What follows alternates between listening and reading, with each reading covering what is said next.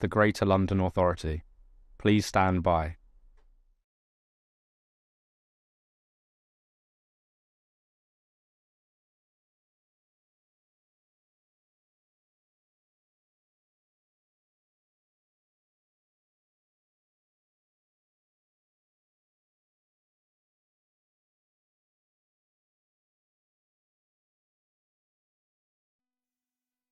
This is the broadcast from City Hall, the home of the Greater London Authority. Please stand by.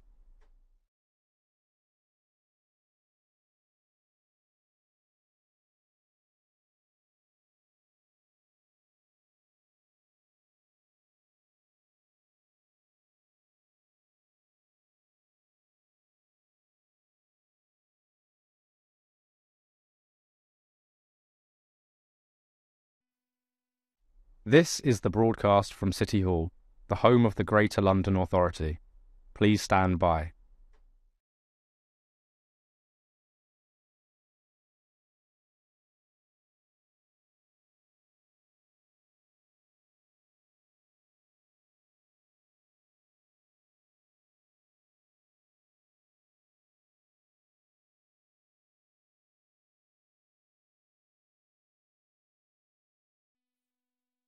This is the broadcast from City Hall, the home of the Greater London Authority. Please stand by.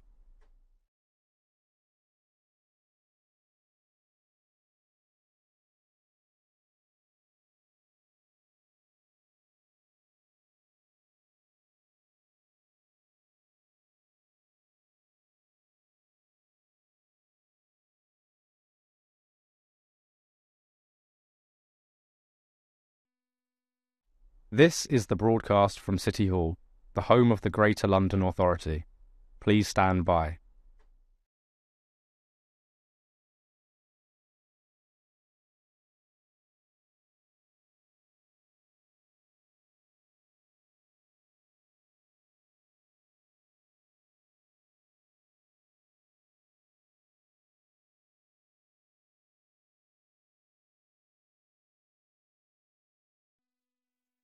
This is the broadcast from City Hall, the home of the Greater London Authority. Please stand by.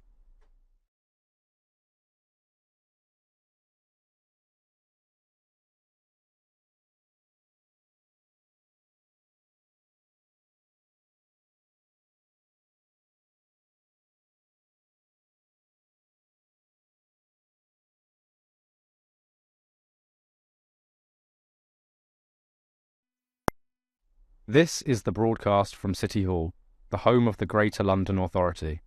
Please stand by.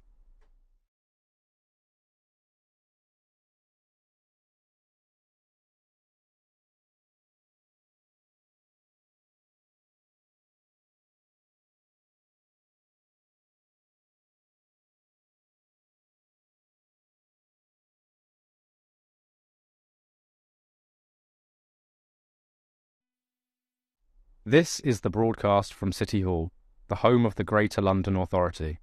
Please stand by.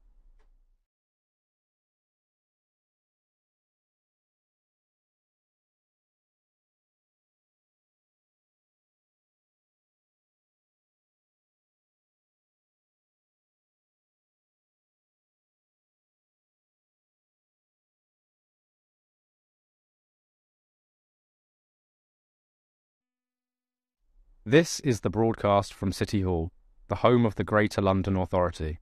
Please stand by.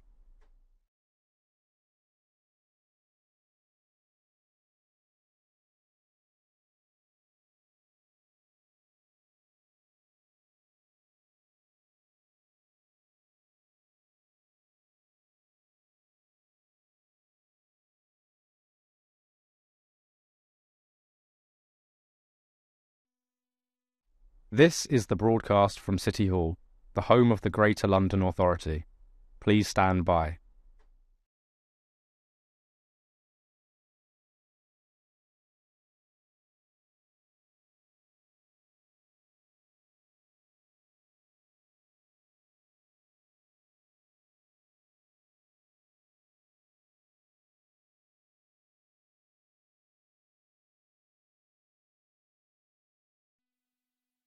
This is the broadcast from City Hall, the home of the Greater London Authority. Please stand by.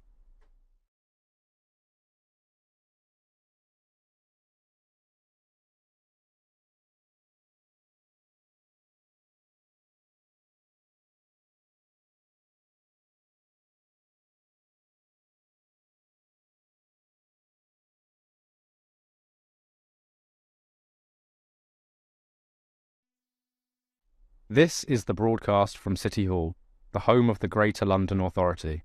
Please stand by.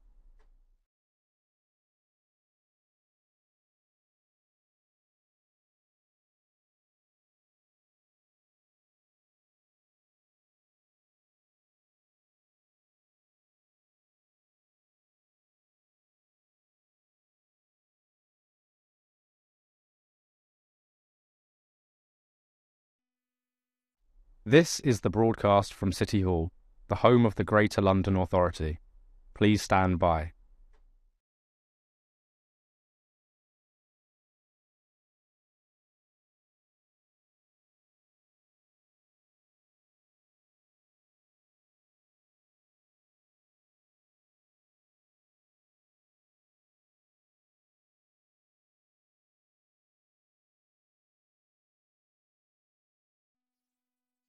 This is the broadcast from City Hall, the home of the Greater London Authority.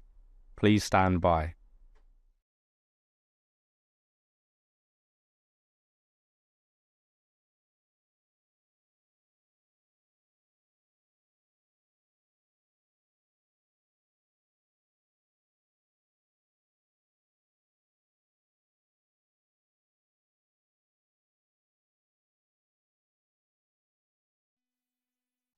This is the broadcast from City Hall, the home of the Greater London Authority. Please stand by.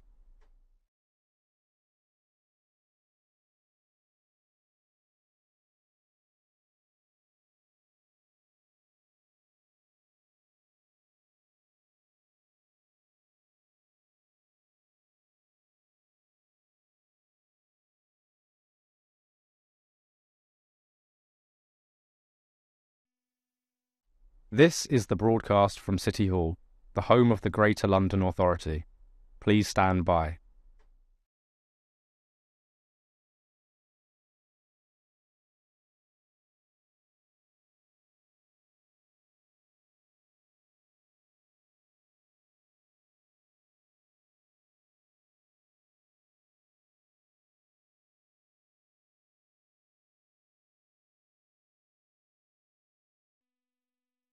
This is the broadcast from City Hall, the home of the Greater London Authority.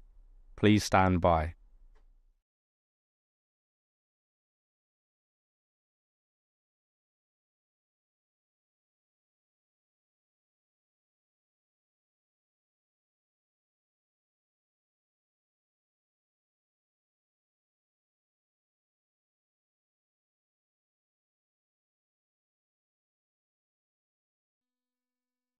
This is the broadcast from City Hall, the home of the Greater London Authority. Please stand by.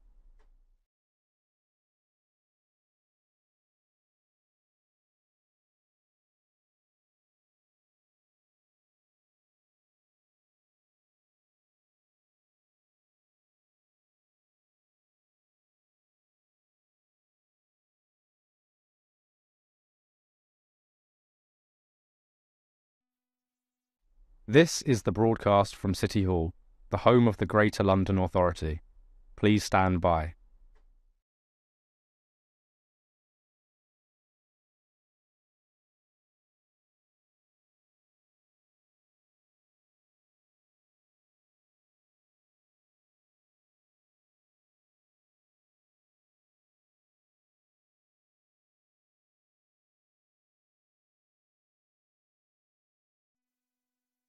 This is the broadcast from City Hall, the home of the Greater London Authority.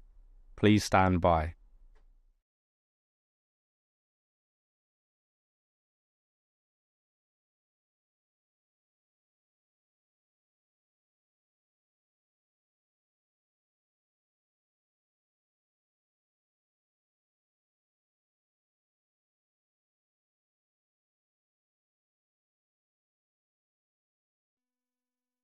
This is the broadcast from City Hall, the home of the Greater London Authority.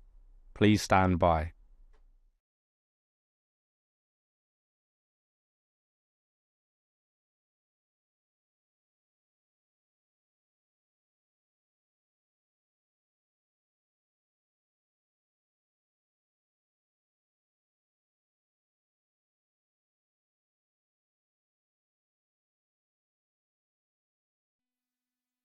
This is the broadcast from City Hall, the home of the Greater London Authority.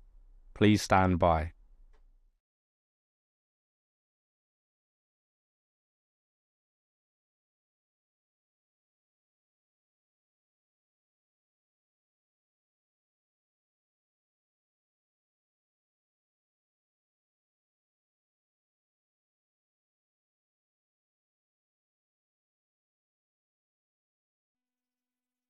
This is the broadcast from City Hall, the home of the Greater London Authority.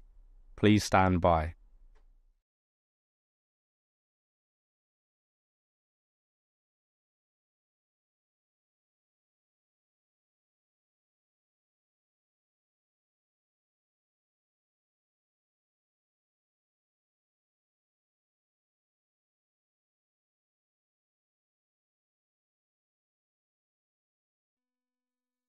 This is the broadcast from City Hall, the home of the Greater London Authority. Please stand by.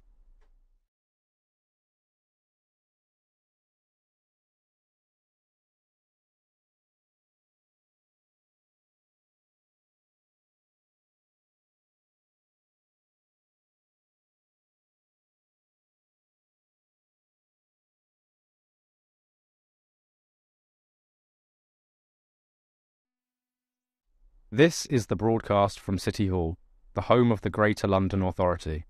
Please stand by.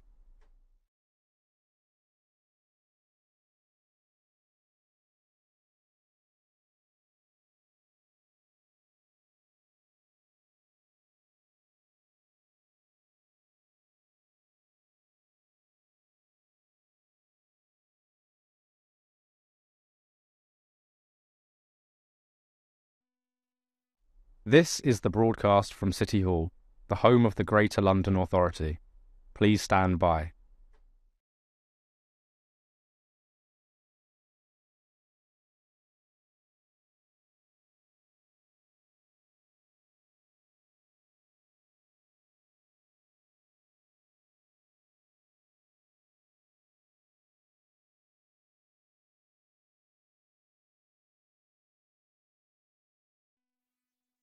This is the broadcast from City Hall, the home of the Greater London Authority. Please stand by.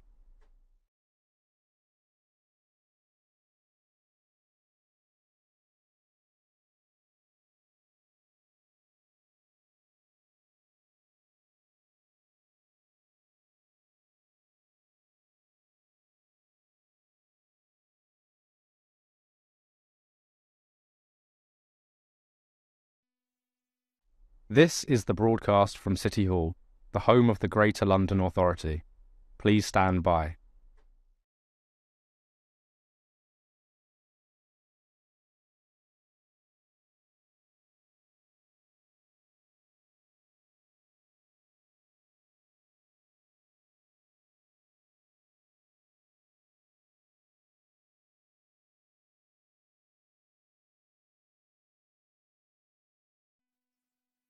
This is the broadcast from City Hall, the home of the Greater London Authority. Please stand by.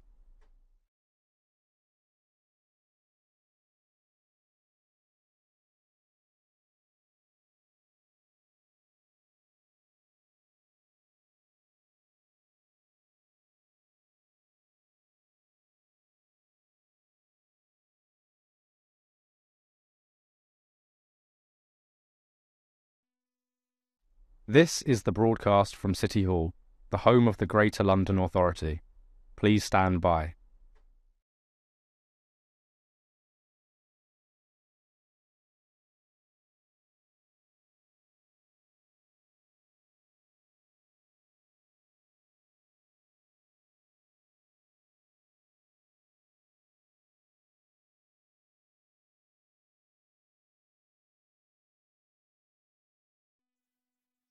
This is the broadcast from City Hall, the home of the Greater London Authority.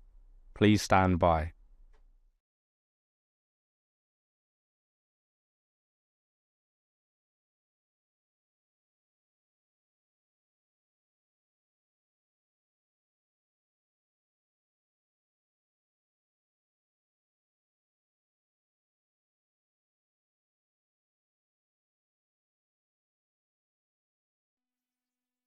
This is the broadcast from City Hall, the home of the Greater London Authority. Please stand by.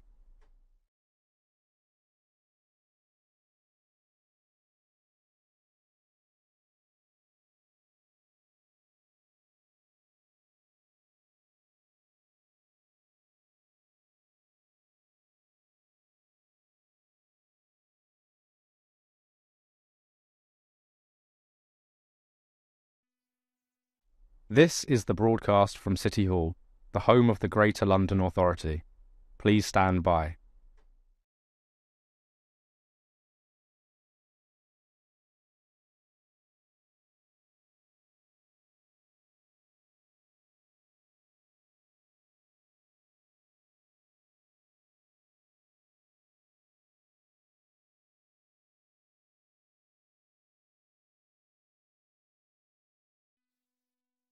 This is the broadcast from City Hall, the home of the Greater London Authority.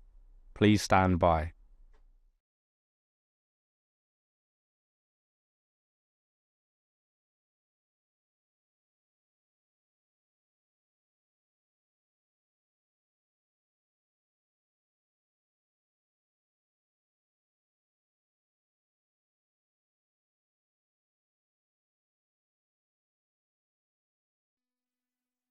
This is the broadcast from City Hall, the home of the Greater London Authority. Please stand by.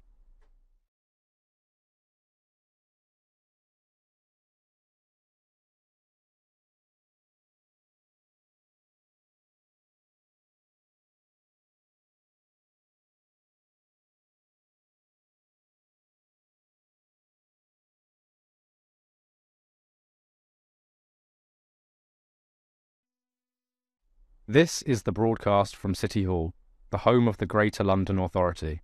Please stand by.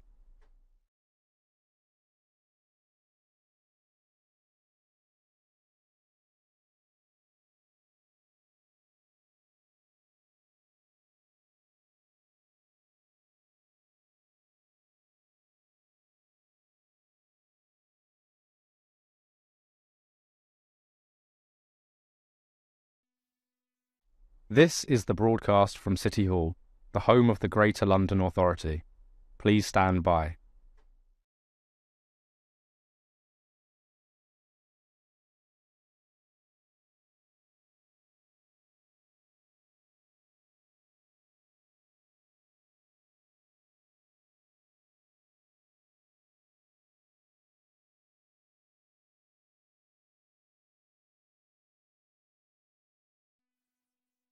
This is the broadcast from City Hall, the home of the Greater London Authority. Please stand by.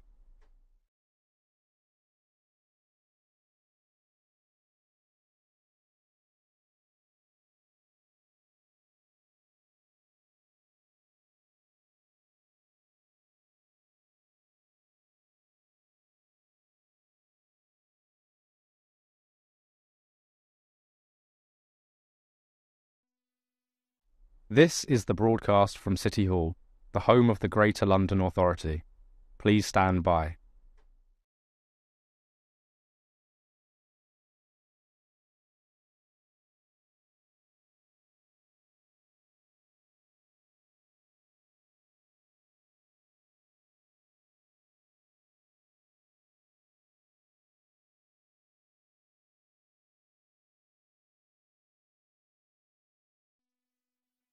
This is the broadcast from City Hall, the home of the Greater London Authority. Please stand by.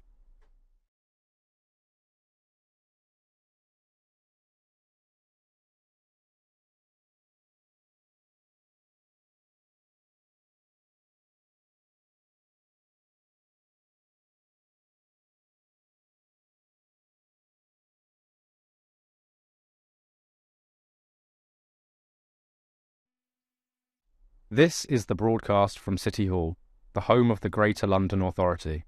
Please stand by.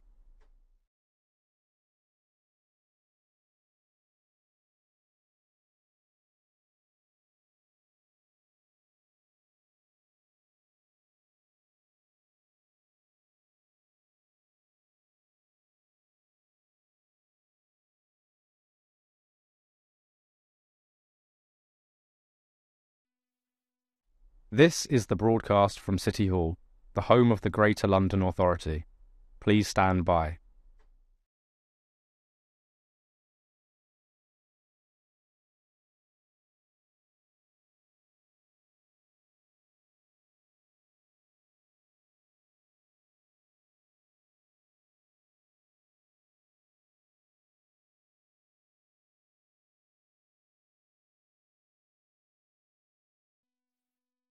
This is the broadcast from City Hall, the home of the Greater London Authority. Please stand by.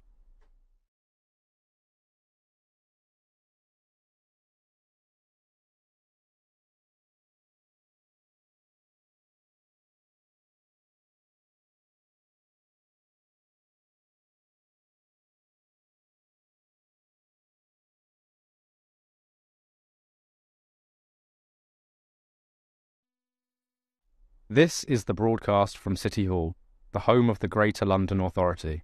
Please stand by.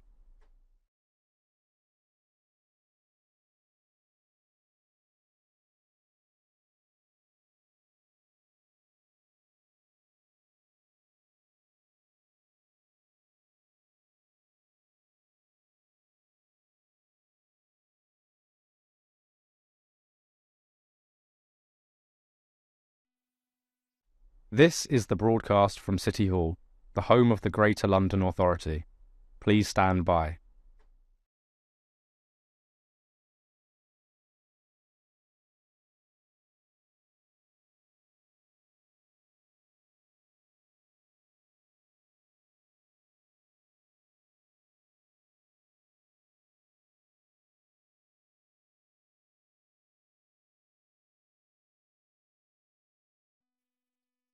This is the broadcast from City Hall, the home of the Greater London Authority.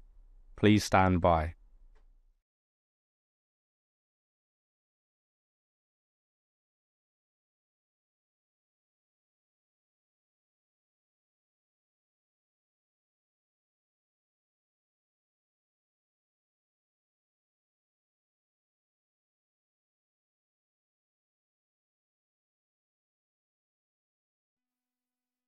This is the broadcast from City Hall, the home of the Greater London Authority.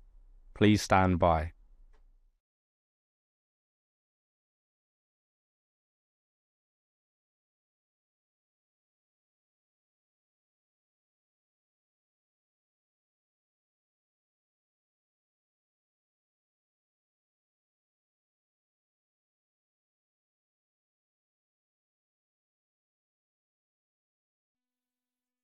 This is the broadcast from City Hall, the home of the Greater London Authority. Please stand by.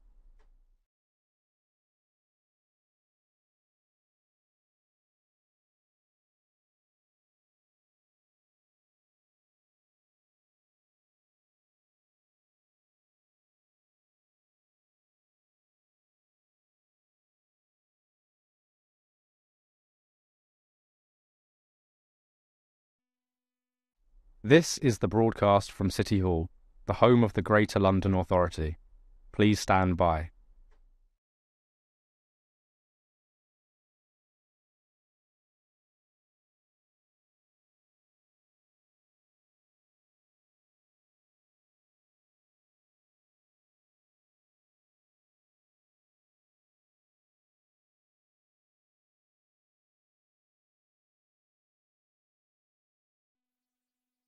This is the broadcast from City Hall, the home of the Greater London Authority. Please stand by.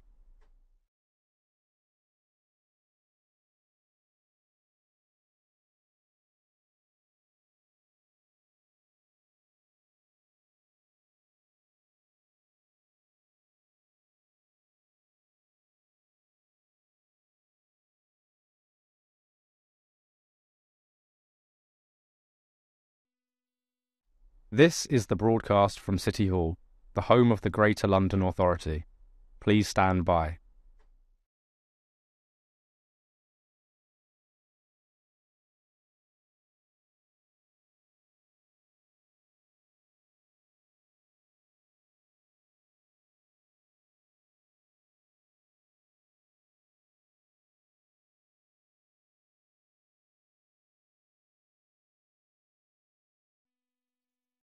This is the broadcast from City Hall, the home of the Greater London Authority. Please stand by.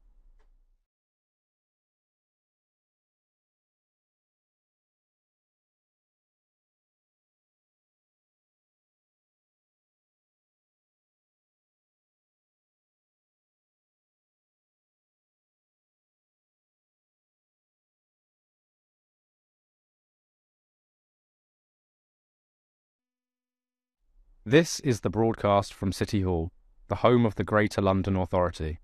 Please stand by.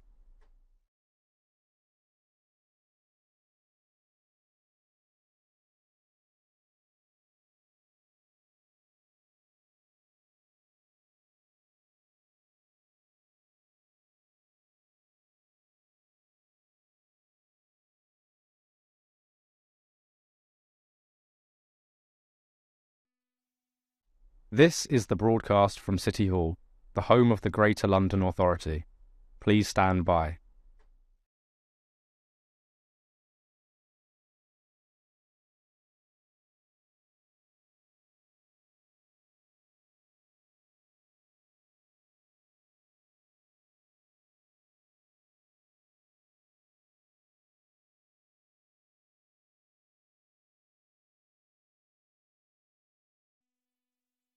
This is the broadcast from City Hall, the home of the Greater London Authority. Please stand by.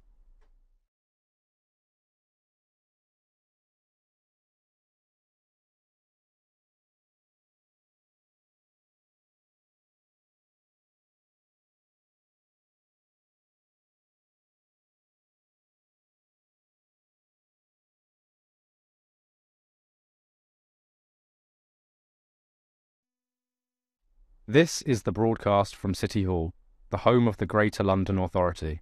Please stand by.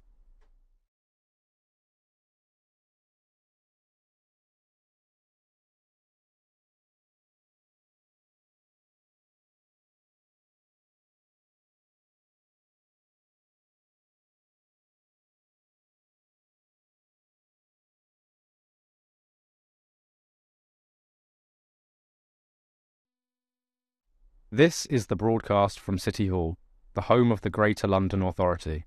Please stand by.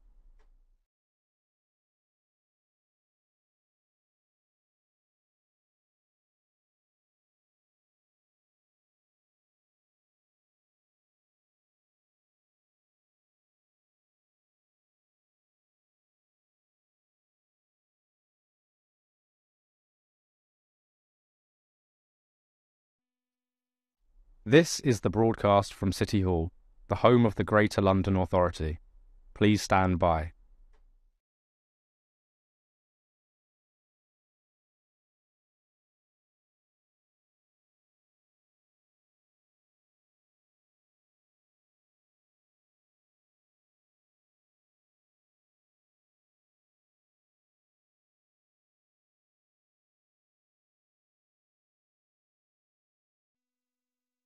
This is the broadcast from City Hall, the home of the Greater London Authority.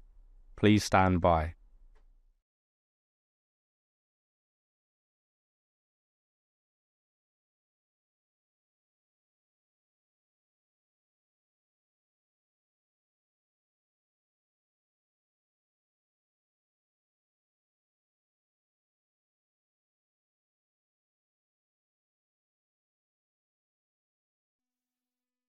This is the broadcast from City Hall, the home of the Greater London Authority. Please stand by.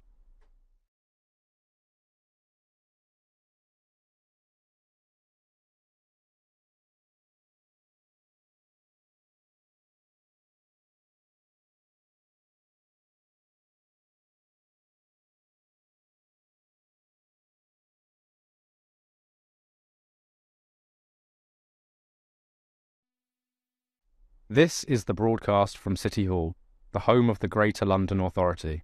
Please stand by.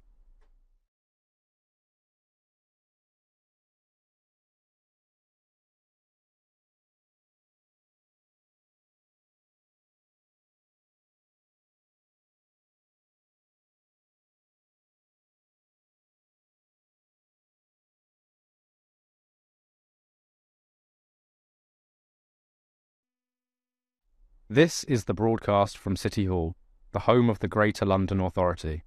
Please stand by.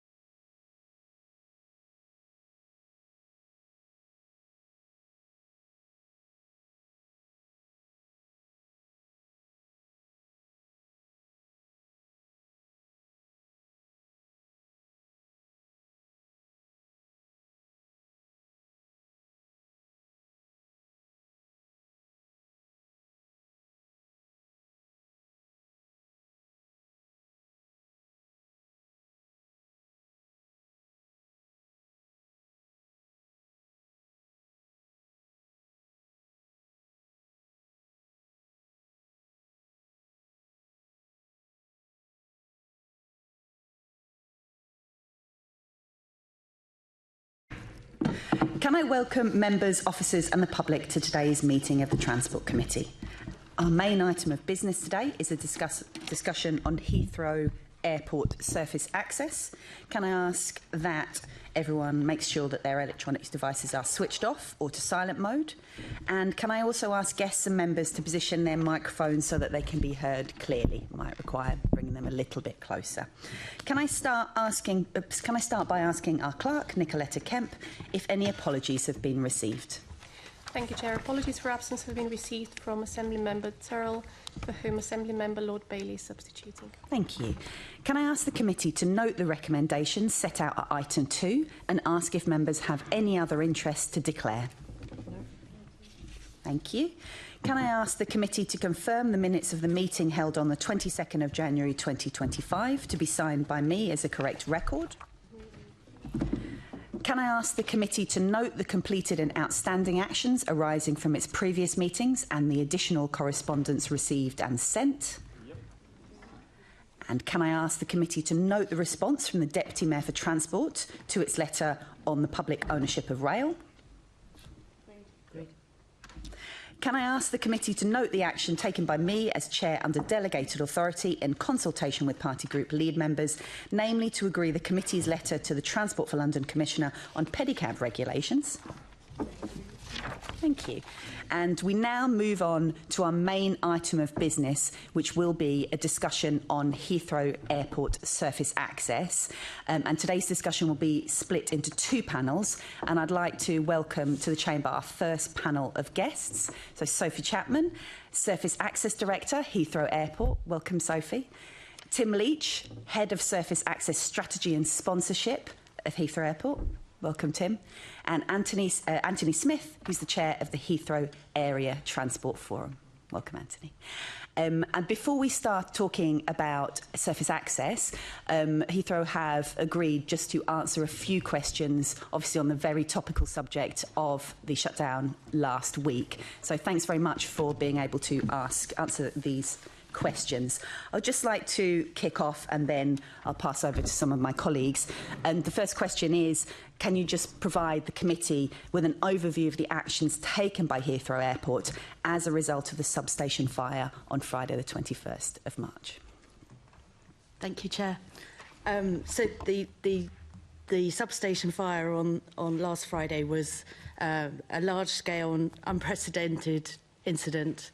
The decision was taken on safety grounds to close the airport on the Friday, and then the airport took action overnight to ensure that a full service could run on the Saturday, and that's in fact what happened.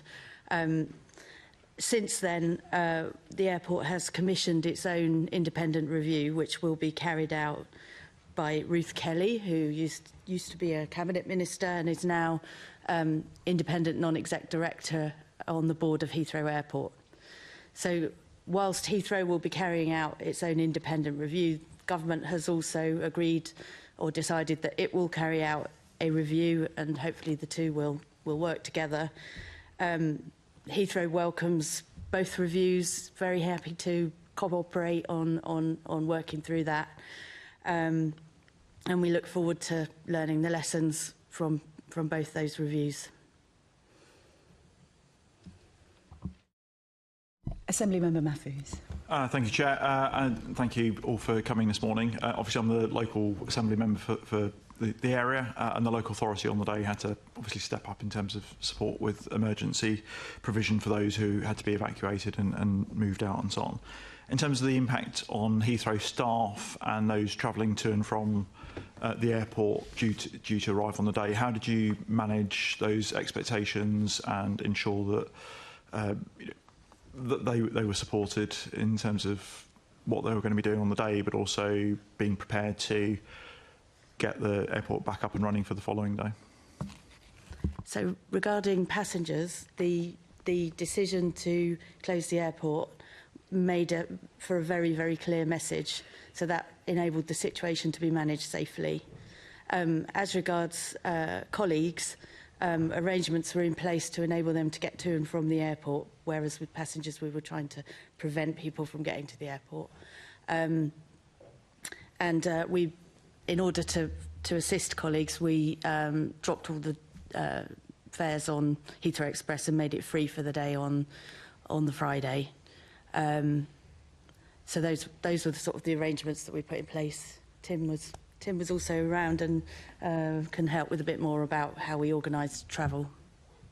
Yeah, so as Sophie said, the intention was to ensure that we avoided as many passengers coming to the airport as possible to avoid congestion and queues and disruption at the airport. So actually, we'd like to thank our partners at TfL as well, who are very effective at ensuring the message got out to passengers who might be travelling to the airport not to do so, and that went very well. The primary focus once passengers were arriving was to provide them support, enable them to use facilities, but encourage them to find alternative arrangements to get away from the airport and then come back the next day once they'd hopefully been rebooked onto their flights.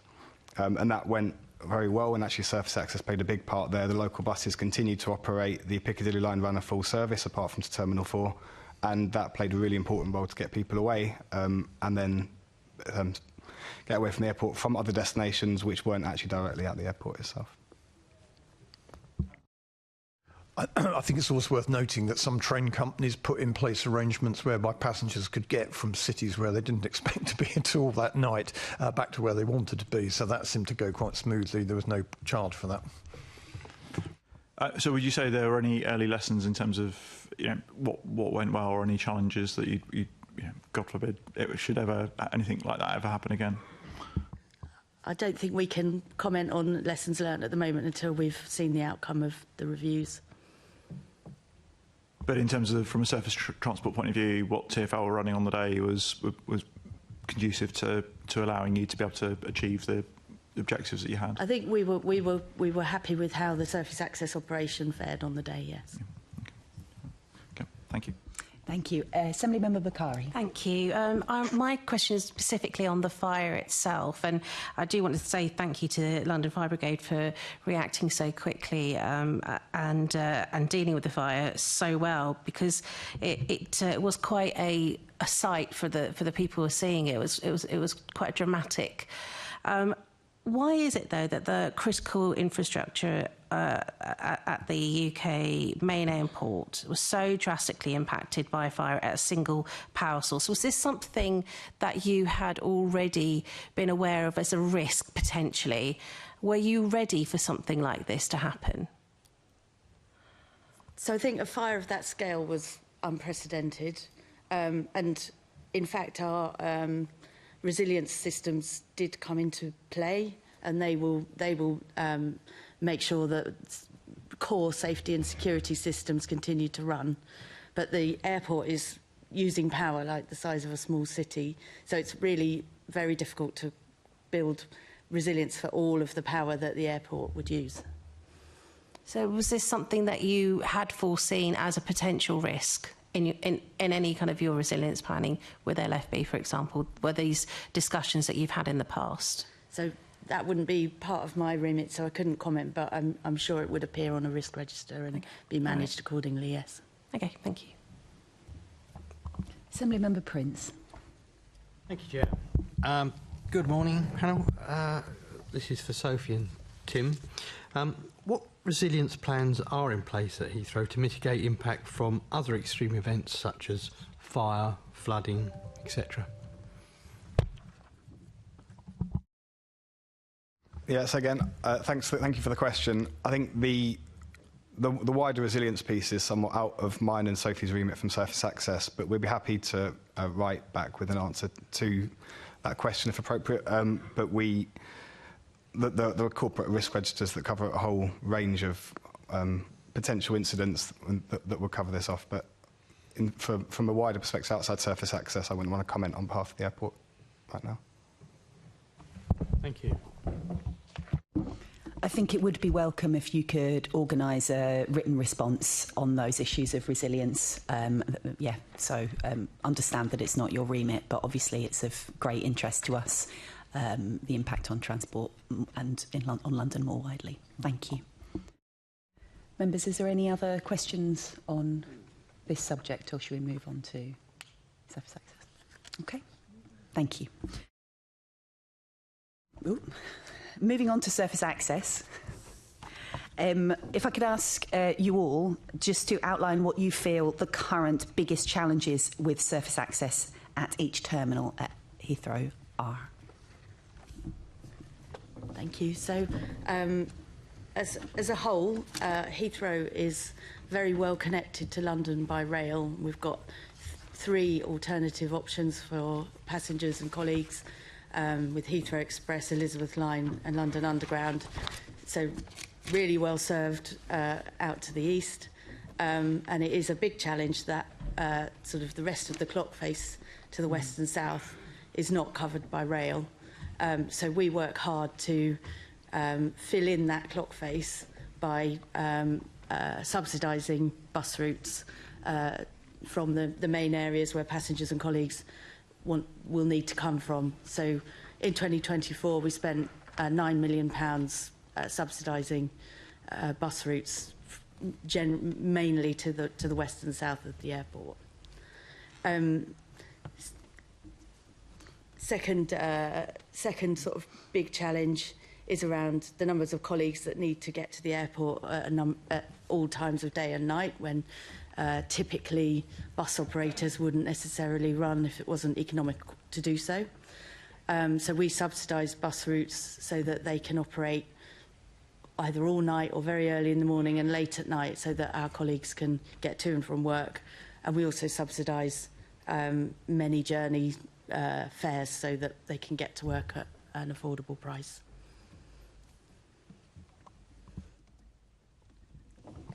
Yes, I mean, my answer would have been largely the same as Sophie's. I think it's the clock face services outside of London, but where we have the biggest challenges. And again, shift patterns and encouraging colleagues to find the most sustainable mode of travel. So yeah, as I would echo largely what Sophie said around the big challenges there. We focus on passengers and colleague travel, and using bus to fill the gap in the absence of heavy rail schemes out to the west or south. Okay. Thanks, Anthony. Thank you, Chair. Perhaps I'd like to explain what my role is vis-a-vis Heathrow, just in case you're wondering who's this bloke on the end. I'm the independent chair of the Heathrow Area Transport Forum. All airports of a certain size have to have a transport forum following DfT intervention in 2013. Our job is to challenge the airport about its proposals around sustainable transport options to the airport, to monitor and challenge the progress against targets, and have a convening power, in a sense, to bring together lots of parties who are interested in Heathrow. Heathrow sits in a very interesting place at the edge of London, on the M25, at the edge of various local authority boundaries. It's in a very interesting position, and I think bringing parties together sometimes can be very powerful in that respect. So that's what our role is, Chair. In respect to priorities, I couldn't break it down by individual terminals, but I think Heathrow's got quite a good story in terms of public transport access. About 45% of passengers going to and from the airport use public transport of various types. Heathrow Express is carrying about 5%, the Elizabeth Line about 14%, the Underground 14.5%, Bus 4%, relatively low for passengers, and Coach about 7.5%, relatively high amount actually, bit of a hidden success story in that respect. But the fact is that 1 in 2 of every passenger arrives in a vehicle of some sort, either a taxi or their own car. And in the long term, of course, that's completely unsustainable. It's unsustainable for the local communities around the airport, because some of those issues spill into the local communities in terms of taxis and rogue meet and greet parkers. And of course, there's some big issues about the amount of traffic and the amount of pollution that's caused by that traffic movement. So there's a tremendous challenge for the airport in the future in terms of giving passengers and staff more sustainable travel options. And Bus and Coach can fill the gap on that, I think, in the meantime. But I think the time has come to start thinking seriously about another heavy rail option to the airport. Because, as colleagues have said, Heathrow is quite well served from the east in terms of public transport, and the Elizabeth Line's presented another great choice for consumers in that respect, which is good. But from the west and from the north, not so good. From the south, not as bad as it looks, actually. Feltham's a bit of an unrecognised gem in that respect. You can get to Heathrow quite easily from Feltham. I use that myself. I live in southwest London, and 285 bus is great, but it's not advertised as such. Perhaps that's something we can come on to later on. But I think the long-term challenge is giving people more sustainable transport options, and in the meantime doing a lot more around Bus and Coach to try and fill the gaps and give passengers, and in particular staff, more choice. Thanks very much. And yes, we will come up onto all of those subjects again shortly. But now over to Assemblymember Russell. Thank you, and good morning, everybody. I would like to pick up on the targets set out in Heathrow's surface access strategy and your progress towards them. So I'll start with Sophie and Tim, and then I'll come to Anthony. So you've got targets for public transport mode share, single occupancy car mode for staff. You've got surface access carbon emissions and public transport journey time target. So just wondering, how you're doing, and in particular, the public transport mode share you're trying to get from 2019, 40% up to 45% in 2026. So, how are you doing? Thanks for the question. We are we are making very good progress. So we've hit our target of 45% public transport mode share, and that's our kind of hero measure, if you like. And then we have all the other targets that we work towards as well. So going through the other targets that you've talked about. So colleague single occupancy car mode share, which we've just recently measured, which we do by a colleague survey. We interviewed sort of 11,000 people from Team Heathrow to establish how they're getting to the airport. And what we found out was that we have now reached 52% of colleagues are arriving at the airport in a single occupancy vehicle, which is 10% less than the baseline in 2017. And in fact, we've beat the target, which was 57%. That's really good to hear. I know we're coming on to staff travel to the airport in later questions, so I don't want to tread accidentally on the toes of colleagues on this side of the room. Yeah. If we could just go back to the 45% that you've hit on public transport mode share. Yeah.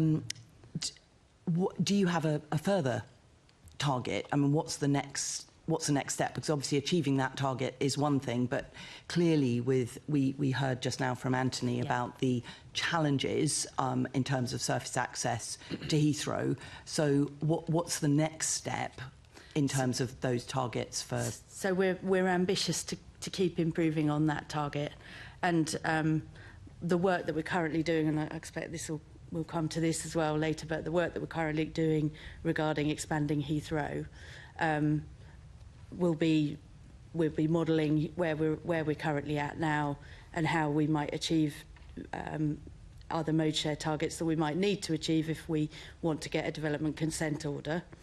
So we want to maintain the trajectory. So we haven't reset a target yet, but we will do. But as we're doing the work now that the government has asked us to do on expanding Heathrow, that work will include kind of deciding where we're at on public transport mode share and what we need to be achieving to be on the right trajectory. So when we've developed our proposals by the summer, we will be able to also reset a new target for public transport mode share. But this team is continuing to strive to increase that mode share. Okay, I think we're coming on to all the other stuff later, so I'll hand back to you, Chair. Did you want me to update on the other targets, or we'll come to that?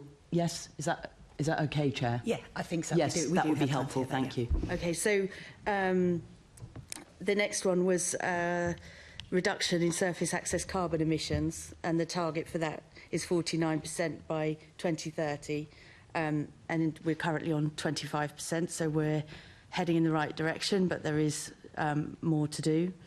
And then the two other main targets relate to public transport catchment area. So numbers of people who are within 1.5 hours with one change of the airport by public transport. The target was to increase that by 25% from a baseline in 2019, and we've achieved 36%. That, I think, is largely thanks to the Elizabeth line, which has opened up, within one change to the east of London, that has opened up catchment vastly. And then the other one related to catchment is 3 hours public transport catchment. The target is 12%, and we've seen a 9% increase since 2019, so we have got more to do on that one. Okay, and in terms of the carbon emissions being on 25%, and you've got 49% by 2030, have you got a plan of how you can achieve that 49% by 2030? What kind of actions do you need to be achieving? Have you got milestones along the way? I'll hand over to Tim for that one. Yes, we do. I think a large part of the decarbonisation of surface access, and it's important to note that on the ground emissions account for 5% of Heathrow's overall carbon emissions. Surface access is 80% of that, so there's a big opportunity to go out here. And we plan to do that through supporting the transition to electric vehicles, which is going to play a really significant part in overall decarbonisation of travel to and from the airport. And we have plans to deliver EV charging facilities for all of our landside user groups at the airport that are customers of ours in surface access, whether that's supporting TfL with their EV bus transition that will decarbonise not just travel around London, but specifically at the airport, but also our private hire and taxi facilities and providing charging for passengers and colleagues. But obviously our plans around public transport mode share are going to play a big part in that too. And obviously our overall ambition is to take more vehicles off the roads and have more people coming to the airport on public transport, as well as active travel for colleagues, which can play a big part to take even more cars off the road and provide more sustainable commutes. Yes, I think back in 2016 December, I was talking with Chris Joyce, who was then head of surface transport at Heathrow, and he said on cycling, in terms of our submission to the Airports Commission, we set out a plan that meant we could grow the airport without putting more traffic on the roads. We are absolutely committed to supporting the approach of not putting more cars on the road so we can tackle things like traffic congestion and air quality. So is that still the case, that you're trying to do all of this without getting more cars on the road? Yeah, that's still the ambition, and everything we're doing within surface access is striving towards that. So, I mean, you phrased the question in terms of active travel, but obviously active travel is a really key part to help us achieve that. And I can go into more detail on our plans around active travel if you want, or if there's a question later. Well, if you could just briefly sort of say how you're doing in terms of, since 2016, where clearly increasing active travel to the airport was a priority, how much progress you've made since then in terms of improving the routes and options for people to cycle rather than driving. Yeah, so a lot of the plans that Chris would have talked about in 2016 would have been linked to what was then being developed through the expansion proposals, and obviously when that all stopped in early 2020, that meant a lot of the work that was proposed didn't then progress as we'd have liked it to. So what we've done since COVID and since sort of the airport's recovery is we've worked with local authorities on a local cycling, walking and infrastructure plan, so an LC WIP, which is unique, or sort of first of its kind for an airport. So obviously we sit across we have our own infrastructure, but then we sit across 5 different local authorities. So that's about building a hub and spoke model we provide the infrastructure around the airport, and then the work with local authorities to build in the spokes, if you like. So we've begun a multi-million-pound infrastructure programme to build the active travel loop around the airport, including into the central terminal area, which we can't do till our current tunnel redevelopment project completes, but we have ambitions to provide an active travel loop all the way around, and the work to deliver that, or the business case and development of those projects is well underway. So we hope in the next few years to complete that. Thank you. Anthony, do you have anything you want to say on all of this? Yes, please. Yes, thank you, Chair. I think it's that the Transport Forum keeps a very beady eye on the statistics. That's what my background is and what I'm interested in. And we keep a close eye on the progress out towards the public transport targets, and also the customer satisfaction surveys with the various modes of access which Heathrow carry out, and which are also validated by some work that the Civil Aviation Authority do. So we keep a very beady eye on that. It's great that Heathrow is exceeding its target of 45% in terms of public transport access. I think we now need to see that that's sustainable and resilient over time. I don't think it's quite time to sort of ratchet it up straight away. I think I want to make sure it beds in and it works. But there is a question about what next. And clearly that target, we want to see it heading in the right direction. And then at some point, there's got to be a fresh target that's set, that really sets a scale of ambition, which changes the debate about access to Heathrow and about public transport access. And it's interesting looking at the satisfaction satisfaction figures for the various modes of transport, because they're generally pretty high, actually. Unfortunately, the highest satisfaction is given to Kiss and Fly, that unfortunately named activity. But across the board, Heathrow Express, Elizabeth Line, there's pretty good levels of satisfaction, so we're keeping an eye on that. And in addition, what we're trying to do is also starting to get a much deeper dive into some of the accessibility questions. I don't think enough attention's been given to that in the future. The committee will be very aware of the increasing debates about accessibility in flying, and of course getting to the airport is a very key part of that. And we're just trying to understand a bit more about the statistics of how disabled passengers get to the airport, what their experience is.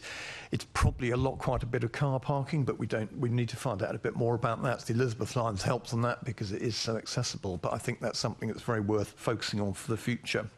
I'm glad you asked about active travel. That's something we keep a keen interest in. We have a very active member, Christian Woolmar from London Cycling Campaign, who is vociferous about the Northern Tunnel access. And you'll be aware that the way Heathrow has grown over the years has been slightly kind of patchwork, and therefore it's not ideal in terms of road access, let alone anything else.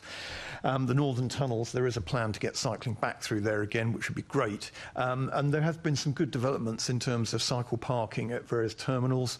Last year, we went on a cycle tour around the perimeter of the airport, which was an extremely interesting experience because the provision varies from off-road, high-quality, dedicated cycle lanes, excellent, to cycling on the verge, which is a bit scary. And it can be quite a hostile environment around the airport for pedestrians and for cyclists. And so I think anything that can be done in that respect will give people more choice, especially staff, because people, when the weather's better, they probably do want to have a choice of cycling. So I think any initiative in that direction is good.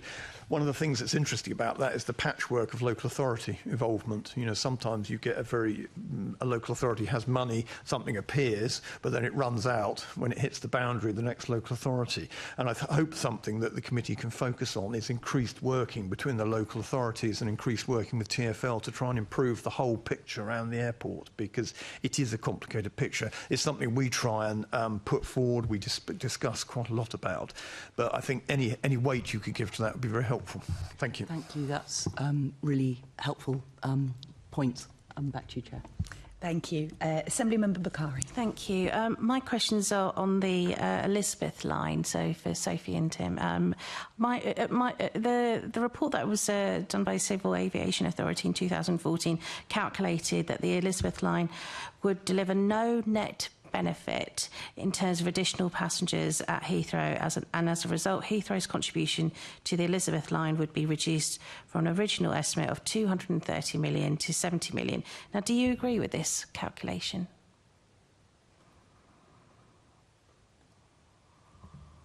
I'm not sure it's appropriate for me to comment on the CAA's calculation. So what in terms of the opening of the Elizabeth line, what impact have you seen in terms of public transport? So in terms of public transport, we've seen increased mode share on heavy rail and London. If you combine the rail modes, London Underground, Elizabeth Line, Heathrow Express, overall we've seen increased mode share by 2 or 3%. So it has brought more people onto public transport. But we have also seen a little bit of movement between the modes as well, because Elizabeth Line is obviously attractive to some people to use. So can you give me any indication of financial support that you're expecting to provide for surface access improvements? So in terms of ongoing BAU improvements, we spent 9 million in 2024, and we expect to continue to spend that sort of amount of money on bus and coach. What we will need to do when we're working through our plans for expanding Heathrow is work through the modelling that we need to do to understand the impact that expansion will have, and then we will be able to define the investment that we need and what projects we'll need to do to meet the public transport targets that we will need to meet. In terms of investment, are you looking into investing in a way that will support people who want to travel to catch a plane that usually is leaving? There's a lot of flights that are leaving quite early from Heathrow, but getting a public transport option at those times is really challenging, and you're more likely to see people getting into a cab or driving to the airport. Have you looked into investment in that particular area? So a lot of the money that we spend currently on bus and coach is in order to encourage operators to operate in those early and late hours. It's particularly to help colleagues get to work for shifts, but it does help obviously passengers who are on bus routes, etc., to be able to access the airport at those early and late times for flights. Regarding rail, there are constraints on rail around being able to operate early and late. What discussions have you had with TfL and perhaps the Elizabeth line?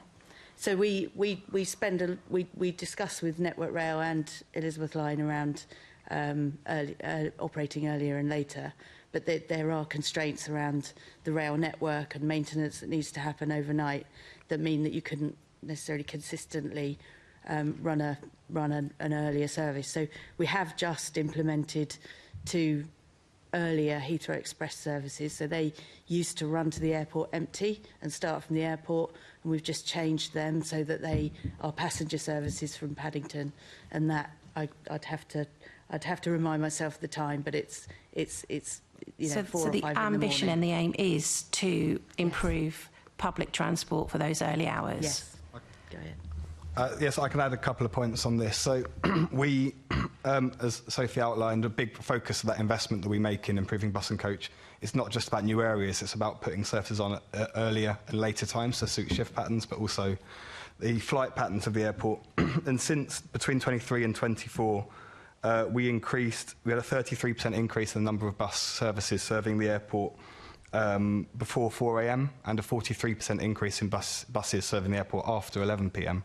And in particular, we have Piccadilly line overnight services that run at the weekends, and during the week we solely fund a bus and a coach route that runs early morning, one along the Piccadilly line route, and we charge £1 to Team Heathrow colleagues and only slightly more for passengers, and the same along the Elizabeth line route. And they run all night through the week specifically to allow alternatives to people travelling from London who can't use rail before it starts running. Is there any intention from Heathrow's perspective that if you are going to invest and increase opportunities for these earlier flights, that will mean an increase in flights itself, even at night time?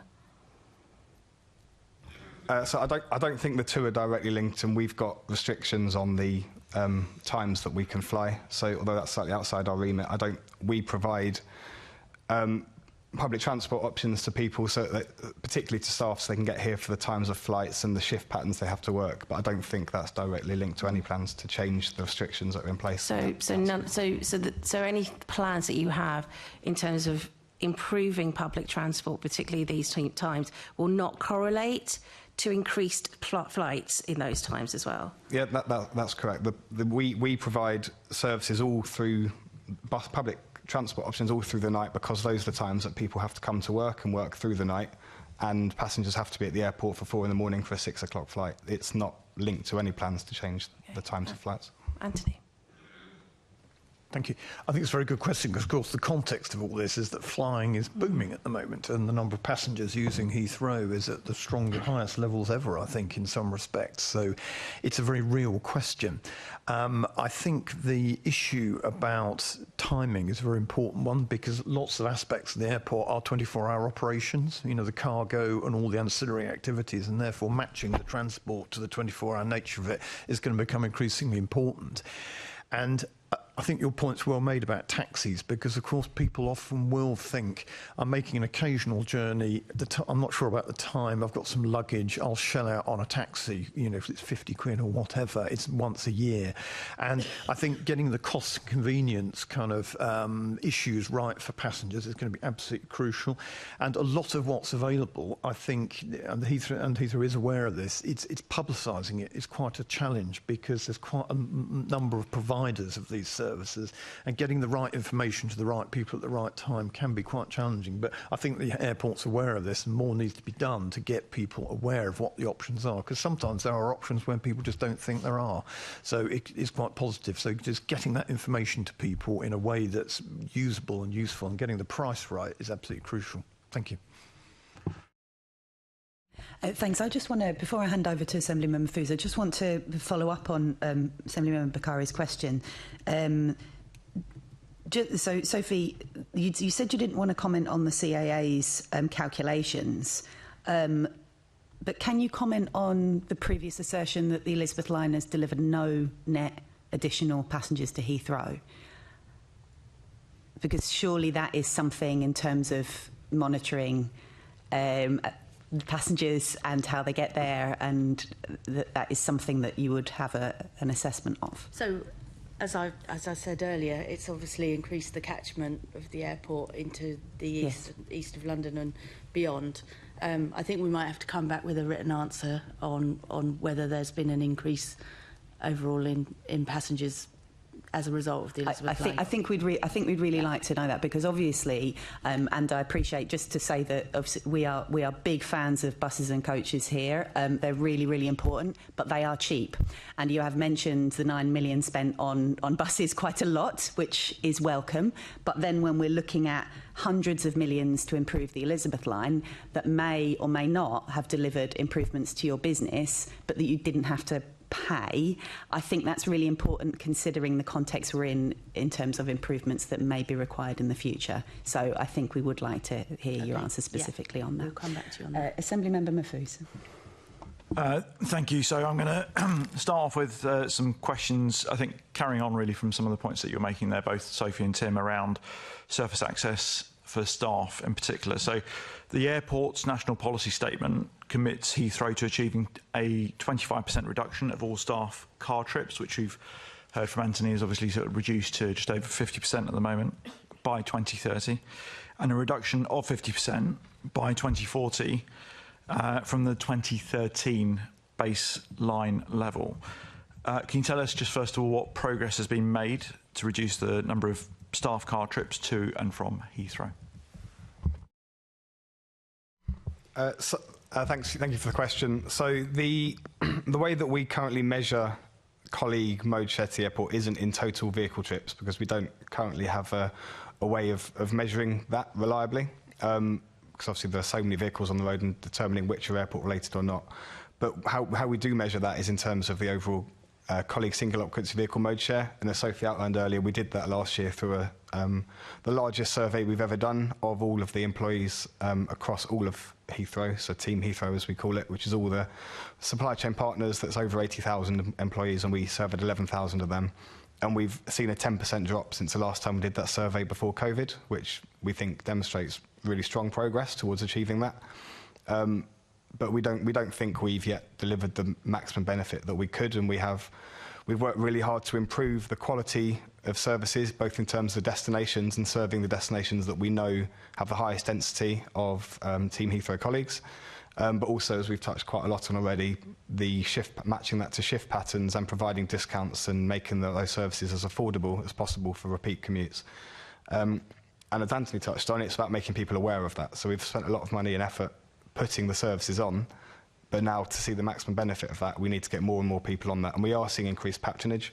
So between 23 and 24, we had over 100% increase in patronage on services that we fund, bus services that we fund to the airport. And seen not quite 100% this year, but again, a really, really positive continued patronage on those services again this year. But we think there's more to do. It's making people aware, and we've got programs in place that make colleagues aware of the services that are available to them. But we've got some really sort of dark hidden corners of Team Heathrow for some very small companies, and getting the word out to them is the biggest challenge I think we have from a colleague perspective, to make them aware of what's already available to them. Thanks, Tim. So you said over 100% increase. It'd be really good to see some figures, if you haven't necessarily got those with you today, as to what that actually looks like in overall numbers, because I'll come to which services are currently funded, but they're relatively limited in terms of the service options that people have got for the middle of the night. So we had some feedback from G&B, who obviously represent a considerable number of Team Heathrow workers there, and they've identified in their representations issues like the lack of park and ride, shuttle buses, limited options for late and early shifts. I had a young lad who's a constituent of mine who just got his first job at Heathrow. Fantastic. He was working, obviously, entry-level job, low pay, middle of the night arrival, and his option was to get, well, I think one of the shuttle buses that you were talking about from West Ealing. But in order to get there in the first place at that time of night, really the only option for him was to pay for an Uber to get to that sort of starting point. How can we make sure that particularly low-paid staff like that, A, know the options are available, and making sure that they're actually, they are as cheap as possible, because they are making sure that Heathrow is running on a day-to-day basis, and without them, we can't have Heathrow working. Yeah, I think it's a really well-made point, and one we agree with, that we've referenced shift patterns as a challenge, and travelling overnight on public transport for many people isn't the most attractive option, but our job is to try and make that affordable, and also improve awareness of it, and obviously want that to feel as safe as possible for people doing that journey. But the affordability is something that we do challenge, and those services we put on overnight, we subsidise them heavily to make them affordable. And you touched on park and ride as well, and we've currently, as obviously this is in our strategy to do more of this, but we do currently have 2 park and ride sites out to the west. One's recently moved to Winnersh Triangle in Reading, and another in High Wycombe, where there's free parking for Team Heathrow colleagues, and then they can pay a subsidised rate for on the existing bus or the sort of longer distance bus services that run from those sites into the airport every 20 minutes, and it's a big part of what we're trying to do. Can I just add a couple of points? Of course, Sophie, yeah. So how we have designed which bus routes that we'll subsidise and so on is by mapping where the colleagues are against what the existing bus services are. So in 2023, when the ULEZ was introduced, we were aware that that was a risk for colleagues. So we mapped where the density of colleagues was and where the gaps were, and that's where we focused our efforts to improve bus services. So that's kind of the method, I suppose, to try and make sure that we address those concerns. And then just on the comms point, so to Team Heathrow, so over 80,000 people that we need to try and reach, we have a comms campaign called Way to Go, which is digital, is face-to-face. We do road shows all over the airport to try and almost do sort of one-to-one conversations with someone who knows all about public transport, so that colleagues can really kind of discuss their individual concerns and their route and get some advice. That's really helpful. You mentioned 80,000 staff working across Team Heathrow. So how many actually took part in the survey that you'd refer to there, Tim? There were 11,000, which is the highest we've achieved. That's a very, as these surveys go, we considered that to be a very representative sample, and we worked hard to ensure that wasn't just from people that work for Heathrow Airport or British Airways, the 2 largest employers, but we deliberately kept the survey open longer than planned to ensure we got representative samples by going out to speak to individuals one-to-one from the full range of companies and different demographics we needed to. Yeah, I mean, it's a fantastic response rate.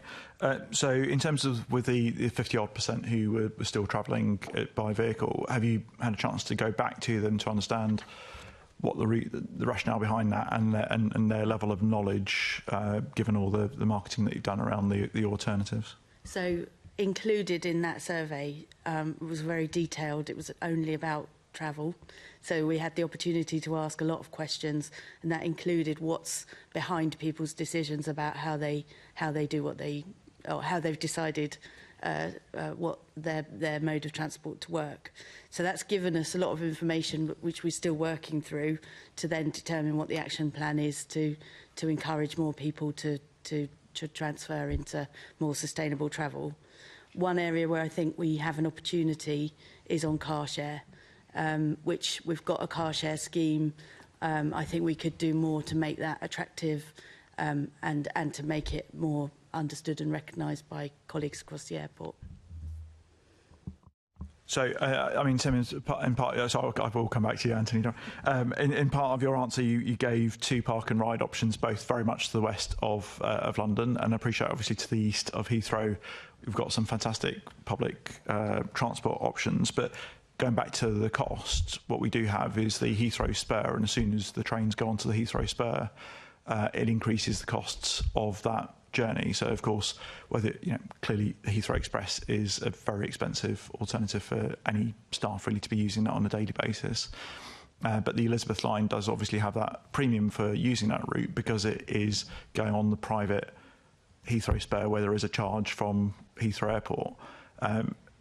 How do you ensure that that doesn't impact on staff access?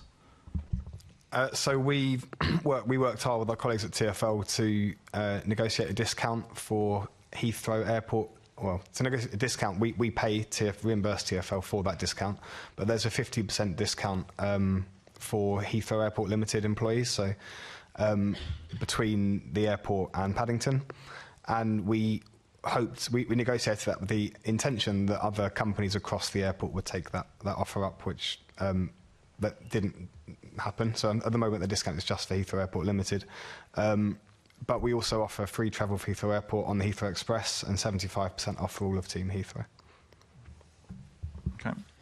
And you talked about cycle routes. So at the moment, I mean, I used to, when I worked in Staines, I'd cycle past on the perimeter road. Probably fine for me as a sort of more confident cyclist, but clearly quite hairy for anybody really sort of using those journey, travelling to and from, particularly sort of T4 and T5, I think, where it's just a bit more difficult to get to. What work are you doing in terms of making it easier for staff? Because obviously, if you're travelling from Heathrow, you're probably much less likely to be cycling to the destination. But in terms of for staff, particularly those awkward times, it could be a really good alternative. Yeah, I'll come in on that. I'm sure Anthony will then have some thoughts on active travel too, because it's a topic that we focus a lot on with the Area Transport Forum, as Anthony referenced earlier. So, I referenced earlier the LC WIP, the Local Cycling Walking Infrastructure Plan that we've developed. That set out the prioritised list of interventions we need to do, and it was developed collaboratively with the local authorities, so with Spelthorne, with Slough, with Hillingdon, with Ealing, with Hounslow, all the authorities, and Windsor and Maidenhead, so all the ones that surround us. And that we all agreed that these are the priority routes to develop that hub and spoke model that we talked about. So it's not just safer to cycle around the perimeter, which is the bit that we can take care of, but also that we can work with the local authorities to refer back to this document which set out what are the priority routes that are going to make the biggest difference to colleagues. And that route you referenced up from Staines is at the top of that list. There's a very tricky, treacherous roundabout currently that we need to make safer, and the challenge being it's across 4 different each different bit of that roundabout is across 4 different authorities. So it's going to require some joined up working that we're trying to initiate to facilitate that, but it's definitely on our to-do list. I think a very good line of questioning. Without data, we're going nowhere, and the colleague travel survey that the airport's carried out is absolutely crucial. We press them to do this. We press them to make it as big as possible, and the response rate, as you've acknowledged, is very good, actually. It's interesting to try and understand the context of the airport, I think, in this respect. It's taken me a bit of time to do this because it's a huge employer, 80,000, 90,000 people, and it's not everybody works for Heathrow. There are a lot of actors involved, and there are also people who've got businesses in close proximity to the airport, so Heathrow doesn't necessarily have all the levers it can pull. And if you've been maintaining a plane in the middle of the night in a shed, or you've come off a flight from the Middle East or something, a car is probably quite an attractive option in the middle of winter. And getting passengers to change their behaviour in terms of cost and convenience is one thing, but getting colleagues to is quite another thing. And the airport is quite rightfully focusing on this. I think the emphasis on car parking is very, very important because there are carrots and sticks here. We see the sticks in terms of the terminal drop-off charge, trying to get passengers to think about how they're travelling to the airport. And, of course, charges for car parking are very important as well. And I think the airport is going through a big process of reviewing its whole car parking estate. And the provision of that and the charges for that in terms of the relative attractiveness. So I think that's very, very important. The active travel, yes, and that roundabout is kind of a real case study. It's really hopeless because you end up in a bush on your bike, which is not a very attractive option. But the airport is building a link around the south side to improve one of the gaps in the cycling round, and the local authorities have been very responsive to the kind of joined up response, which is also something we're trying to replicate with buses, because the bus provision in and around the airport is mighty complex, and every time I go there I still see a bus and I think, where's that going? Where's that come from? Who's paying for that?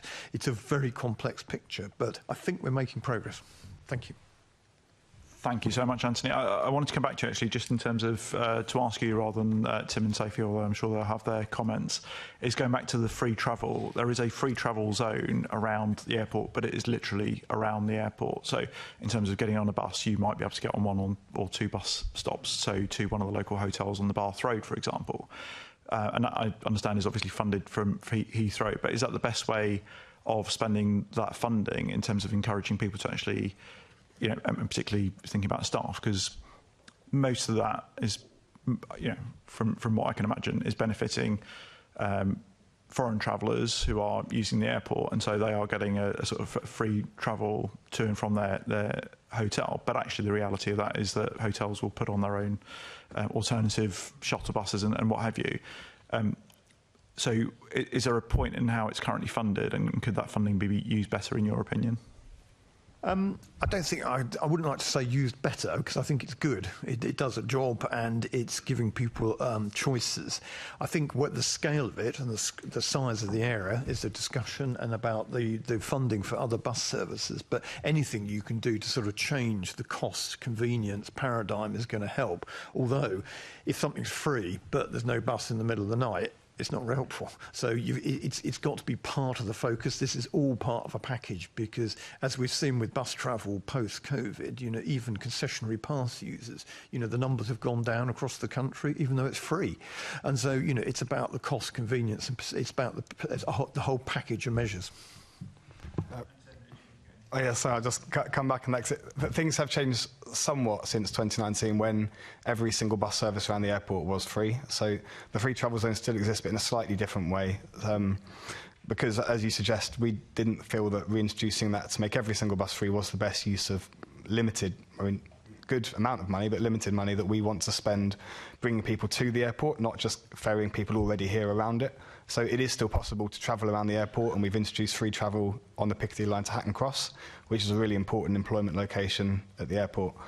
And you can still get everywhere you need to get around the airport for free. It's just not every single bus anymore, because we've diverted that money towards everything else we've talked about, to provide services from everywhere else around the airport to provide more options to get people to the airport in the first place. So you've reviewed that already, and that's implemented some of those changes that you've talked about earlier? Yeah. Okay. And I presumably off the back of the survey, as detailed as it is, you could look to review it again? Yeah. I'm going to move on to the current challenges with parking. So again, you know, having spoken and been at meetings with residents of the Heathrow villages, just obviously north of Heathrow in Hillingdon Borough, there's a number of challenges that they've got with antisocial behaviour in terms of the people parking there, and that's from commuters. But I'm going to focus first of all just in terms of the minicab drivers and illegal activity that's been going on there. So one of the questions that I asked recently in Mayor's Questions was around the amount of illegal activity of illegal drivers touting at Heathrow, which obviously, going back to the point we talked about before, is very much around safety in terms of the quality of the car, the driver, etc. What are Heathrow doing to make sure that you are clamping down on this? Because at the moment, the question I asked said that there is sporadic enforcement, but it isn't systematic. Yeah, so I can, the two parts of that question. So on the touting one, which I don't have such a detailed answer for, is there is enforcement. We work with the Met Police and TfL to ensure that the appropriate enforcement to stop touting is in place, and that's kept under review with our operational teams to make sure that that is adequate. But it's not part of my day-to-day remit, so I don't have much more of a comment than that. But what is much more of our remit within Surface Access is the antisocial behaviour, and we've done some I think, really positive work through the Area Transport Forum that Anthony's kept a close watch over us on. Around, we've done what we think is quite innovative and first of its kind, is public space protection orders in the local areas around the airport, which are specifically targeted at private hire vehicles. As you referenced, it's a long-standing issue around antisocial behaviour that we've long wondered with the local authorities how to tackle. So we've had a special interest group through the Heathrow Air Transport Forum that's brought together local residents, community groups, TfL, Met Police, British Parking Association and ourselves. And we, in May last year, Spelthorne brought forward PSPOs in Stanwell and Stanwell Moor, which are the two hotspots to the southwest of the airport. And since that came in, there's been over 1,500 interventions made, but only 4 repeat offenders, which I think suggests that the success of that scheme, that once these drivers are finding out about it, they're staying away. And a significant reduction in complaints that we're getting about antisocial behaviour and littering in particular. And it was successful enough that Hillingdon introduced one to tackle the impact of, or to mirror it, but also tackle any displacement. And that came into effect in January. And we as Heathrow are supporting with funding for additional enforcement in these areas to ensure that they have sort of long-standing success and aren't just sort of a flash in the pan. So. Yeah, I mean, when I spoke to the leader of Hillingdon Council, and obviously, as you say there, it wasn't introduced at the same time as in Spelthorne, so there was an impact of displacement. It's been around since January, but the question is, in terms of sort of level of enforcement, is it at the right level? Could it be more, and should it be more? What would be your initial assessment after 2.5 months of it being introduced? We'd have to pick those conversations up with Hillingdon, but we've committed to a level of funding to support the enforcement of that. Obviously, local authorities have their part to play in it as well, but we speak regularly with the council and could to find out their views on whether it's been sufficient. Yep, thank you. The Transport Forum spent a lot of time in the last 15 months focusing on this issue quite properly. 2 parts to this, as you point out. The minicab provision to the airport, Bolt and Uber are geo-fenced, so to speak, into the authorised vehicle area, which is a facility in which they pay for, which it has a number of food, toilet options, etc. But of course, there's no requirement for other taxis to use that. So you do get an interesting spread of taxis all around the perimeter of the airport. And I think one local authority did a survey recently and found taxis from as far away as Cornwall and Scotland. And of course, taxi drivers doing those sort of occasional journeys are not necessarily even going to know about the authorised vehicle area. So getting the information to them is quite important. There's been a big push on that. But the other minicabs waiting in surrounding areas, it does cause antisocial behaviour because there are essentially very few facilities. And I've seen it, littering, antisocial behaviour, parking. And the other issue is rogue meet and greet providers who people hand over their cars to, which slightly amazes me, quite frankly, but they do. They hand over expensive cars to these people. And sometimes, these people are just parking them on the street, nose to tail. They're using them for goodness knows what in the interim. And then people go and pick up their cars and the keys under the arch. It just, in the parking. It seems quite extraordinary that people do this. But anyway, what to do about it? We've spent a lot of time working with the local authorities, getting them to work with the airport on enforcement, and the public space protection order is having an impact. You're quite right. There can always be more enforcement, but it is having an impact. There will be a degree of displacement, but as each local authority surrounding the airport moves to enforce, it will gradually disrupt this activity. I don't think you'll ever get rid of it, and our aim has always been, well, we just want to disrupt this to the point that it becomes an occasional activity rather than something that local residents are having to endure on a daily basis. I think we're starting in that, we're moving towards that. We need to keep pushing on that. It's quite hard to get data in a sense, because when you see a minicab parked in a street, is it waiting for a fare, or is it somebody just a minicab driver who happens to live close by? There's a lack of data, so we're just trying to make sure that the level of noise and complaint there's never an acceptable level, but just that it becomes occasional. So it's a point well made. And on the road meet and greet parkers, the British Parking Association has now got in place a really good quality accreditation scheme. The airport has taken it on board. There's lots of information pushing consumers towards that. And of course, the thing to do is to get people to choose the right provider. And there's been a big campaign push through social media, Which Magazine, or Daily Mail, all others, to get that information in front of people. And the sense is it is starting to have an effect, because the problem with enforcement in that area is it's so difficult. You know, you're chasing something that's moving the whole time, and illegal use of land, etc. It takes a long time, but there is progress. Yeah, of course, Sophie. On both those issues, we recognise that we can't just do something and then kind of it'll be fixed. We know that around the airport, you know, that is going to be an ongoing issue, and we will need to make sure that we sustain the funding, for example, to the local authorities for enforcement, and, you know, the ongoing communication to passengers about, so the new scheme is called AMGO, which is Approved Meet and Greet Operators. So we've been a founder member of that, and all our parking products have been approved. And, you know, we want to support other people that run not rogue parking operations around the airport to be part of that, so that our passengers can be safe and secure in the knowledge that they're using an appropriate operator. It's really helpful. I mean, really good for you to be able to share the enforcement details, because obviously Anthony said about a lack of figures, but clearly one of those will be, you know, in terms of obviously less noise from residents feeling like they've been less impacted. And they'll visibly see that difference. But if you could share the enforcement information, that'd be really, really helpful. And then just finally, going back to the point that you kicked off on there, Anthony, again, Hillingdon Council obviously had to take one of the parking providers, these road providers, to court for a High Court injunction for illegal use of Greenbelt land. And we've seen an increase of that, where they're just using farmland and open spaces to park people's vehicles illegally. What more can be done to clamp down on that, so that the lengthy, costly process of having to take them for a High Court injunction isn't the only option available to them? I think the key is getting people to choose the right provider in the first place, because if you deal with it upstream, you don't have the problem downstream. Constantly chasing people through the courts is really difficult. People change their company names, etc., etc. It has to be done, and it's quite proper that it's done, but it's slow. I think working upstream is the way to crack it. So we do run a scheme for operators who want to use our multi-storey car parks to run a parking meet and greet operation.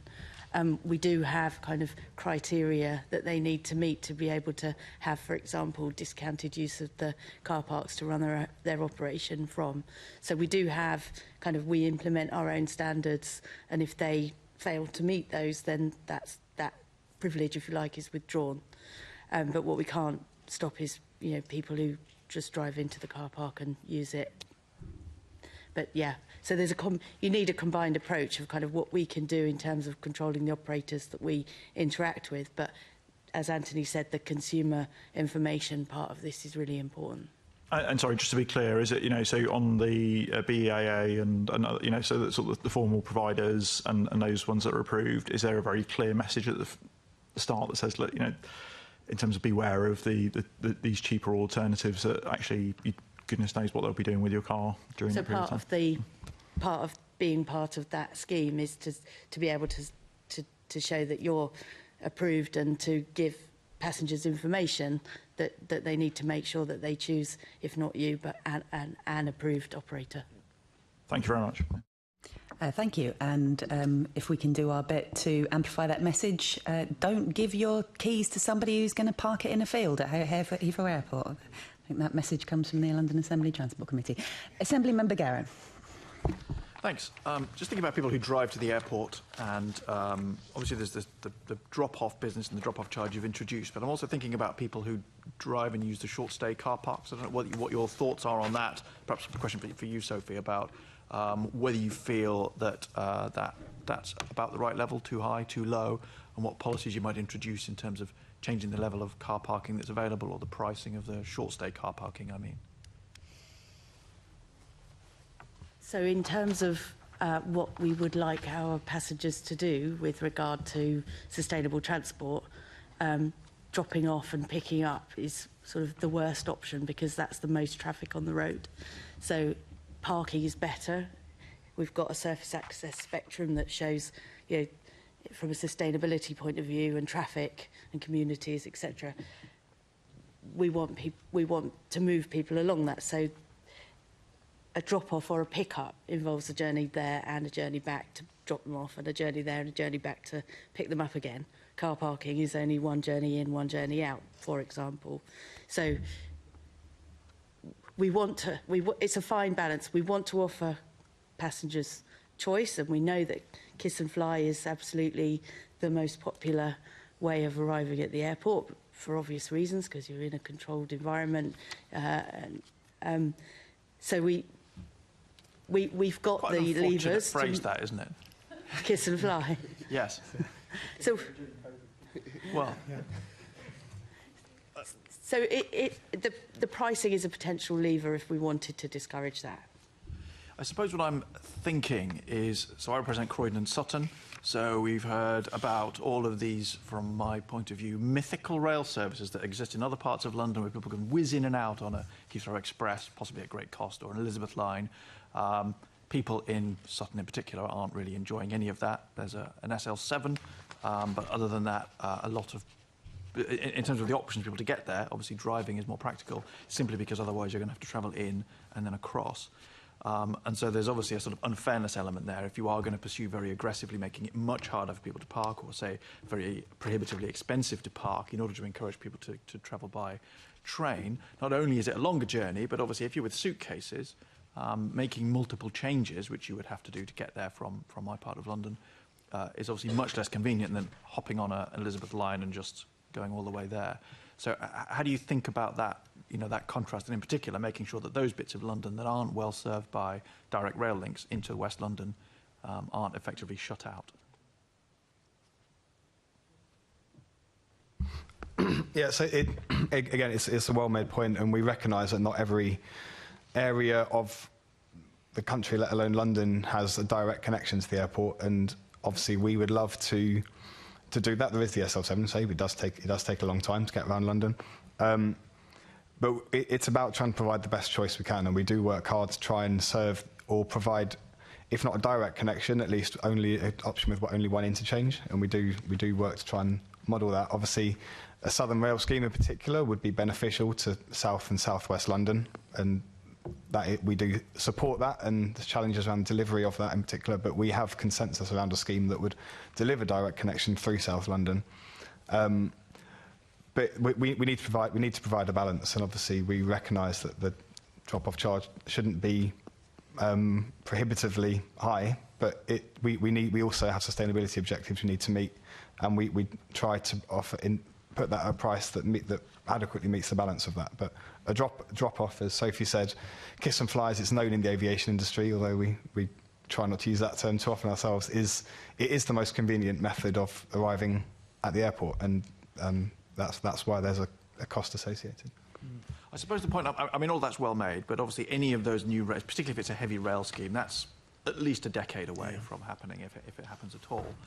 And so I suppose the point that I'm saying is that when you think about increasing those charges to create a deterrent effect, for some people it may be something that tips them over into switching, let's say, to the Piccadilly line or the Elizabeth line. For other people, it's simply just an additional charge because there really isn't a practical alternative. So I feel I've made that point. I just want to make sure that I had. Sorry, Anthony, did you want to come in on Yes, that? please. Yes, I knew we'd get back to Feltham at some point in this hearing. Shall I say, I used to, when I first started travelling into London, I travelled from Feltham, so it is Yes. airport. Yes. I'm very familiar. Sorry, a train station. I'm very familiar with.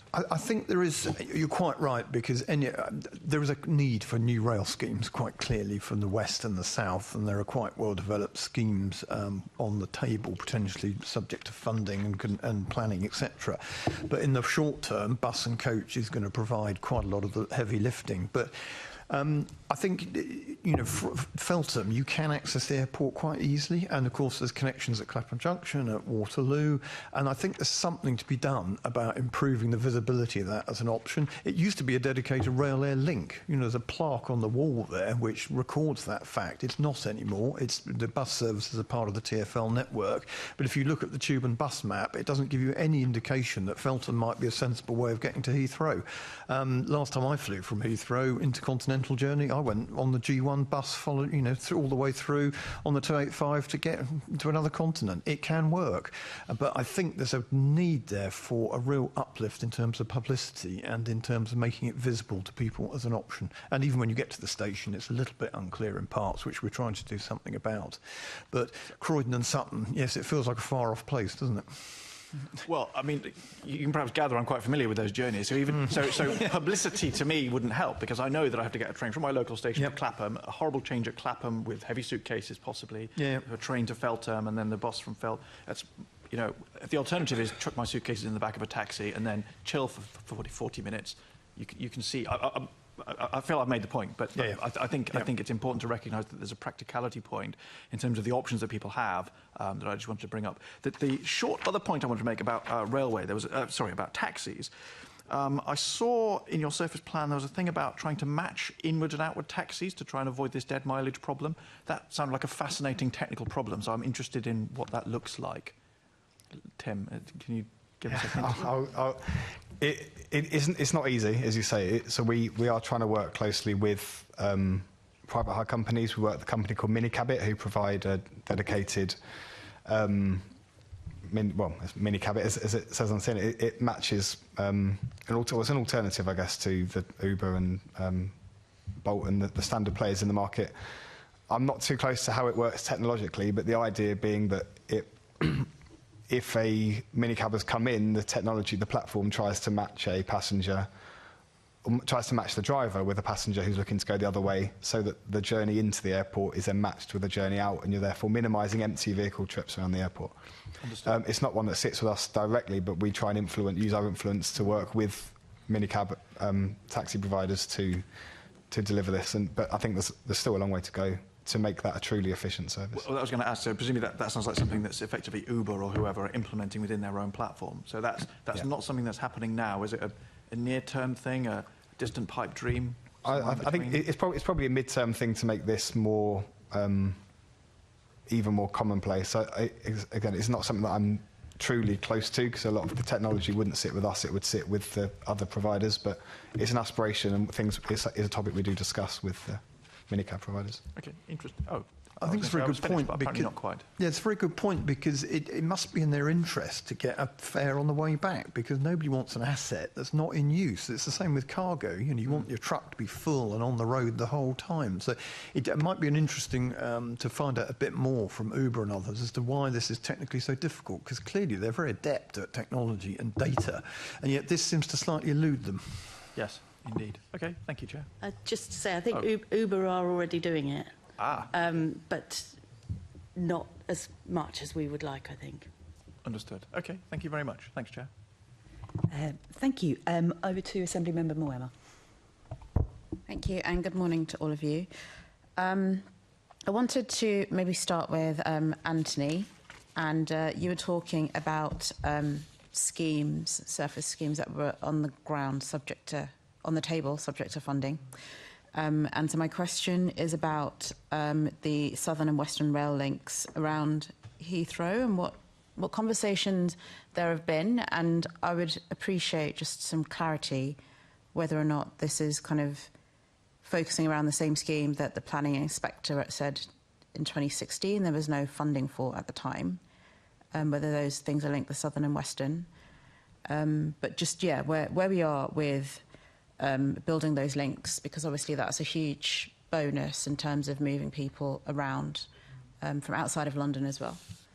Yes, I think the Western Rail link, which would bring a spur off the Great Western Main Line into the terminals, is, I think it's relatively well. I mean, you've got a representative from Network Rail here this afternoon who will be able to say a bit more, but I think it got fairly well advanced, and then the lack of funding meant that it's been put on the shelf essentially.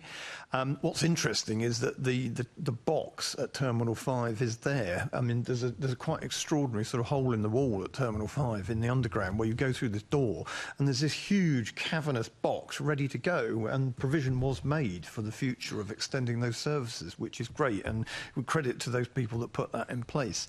So I think the Western Rail access is relatively well developed. The Southern Rail access, there's a very well worked up scheme with public sector private backers looking to do two things: to potentially extend the Elizabeth line round to Staines, which would be an absolute game changer, then also potentially linking Terminal 5 to the South Western Rail network, so providing a huge range of travel options which go way beyond the airport. And I think there's something that's really worth remarking in respect to both those schemes. They would have a massive benefit across the whole southeast and southwestern region, and so you can't just think of it in terms of getting to and from the airport. It will increase people's travel options from the southwest and from the south absolutely exponentially. So we've got schemes. They are in different stages of planning.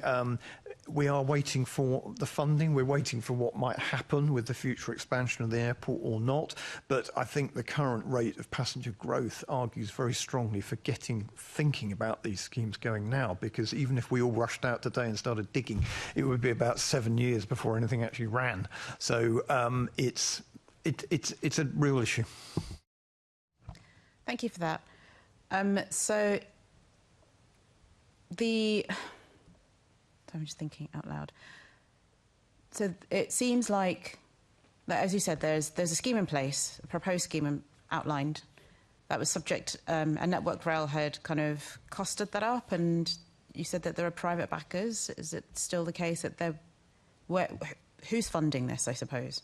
And yeah, because it's my understanding that was kind of dependent on a third runway, but given that you're the airport operator, it seems like the two things, it would make sense to separate those two things out, to have kind of investment in the infrastructure, which should be used anyway, and then if you were successful with an application, it just seems a shame to hold up everything for goodness knows how long, and possibly never.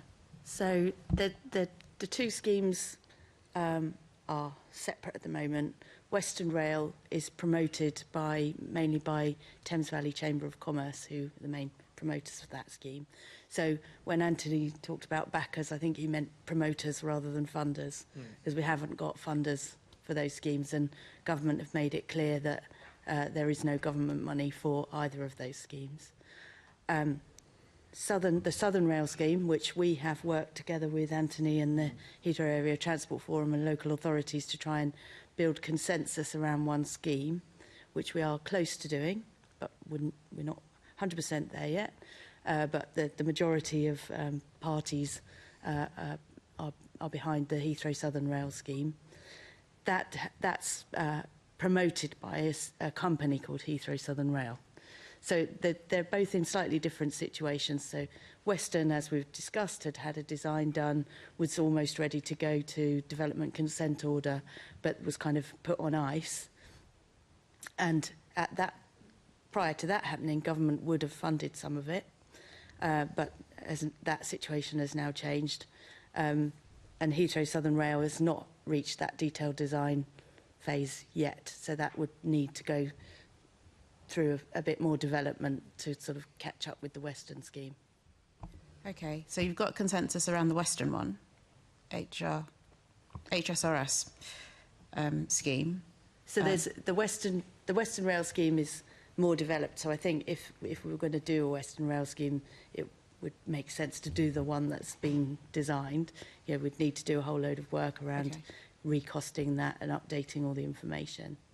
Okay. So that's one thing. And then the Southern Rail scheme is the one that, prior to us doing this work on consensus, there have been a few different options sort of floating around, and what we've managed to get to is one that most people now agree on. If we were going to do it, this would be the best way to do it.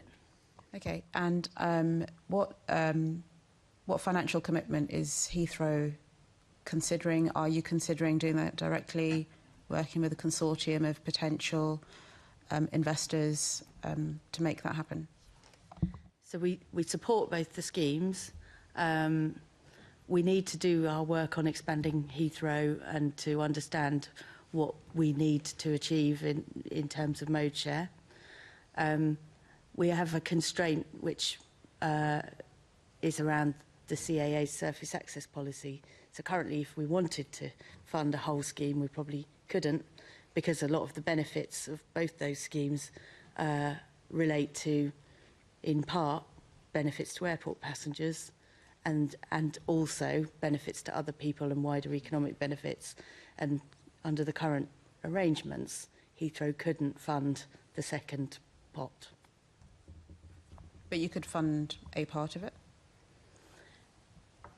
If everyone was happy that there was a business case and a need, etc., we would go through our capital process. But that the amount that we could fund would be limited under the current arrangements to that which covers benefits to airport passengers. Okay, thank you. And so to you, Anthony,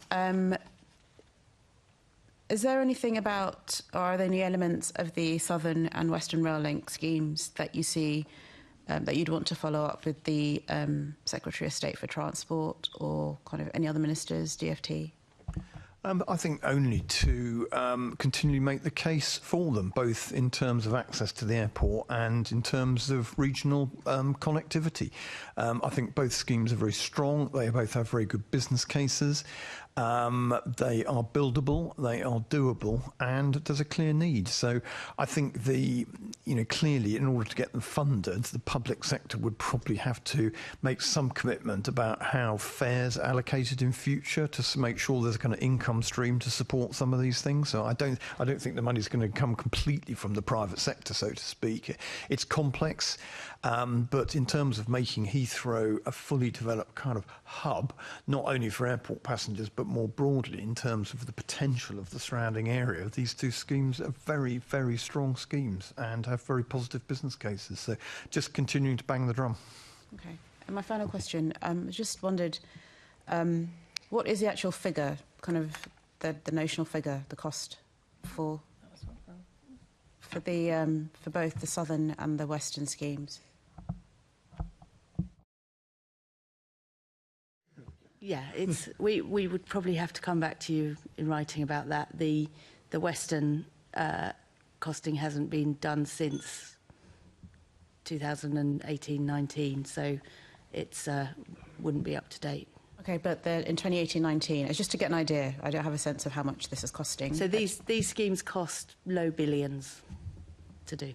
So can you provide at least what was worked up in 2018-19, and then we could see that kind of maybe hypothecate that to what that might be now? So we can work with Network Rail to provide you something in writing.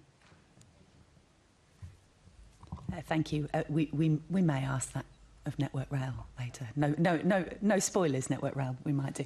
My question was already asked. That was my additional question. It's a $64 million question. That's not a figure.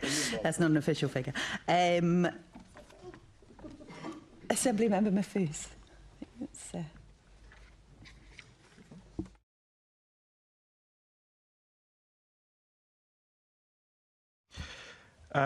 So clearly there's been a lot of conversations about Heathrow expansion and how that aligns with our objective as a nation to achieve net zero. So is there a conceivable route to achieving Heathrow's stated goal of net zero surface access without the airport investing in the new rail links that we've talked about?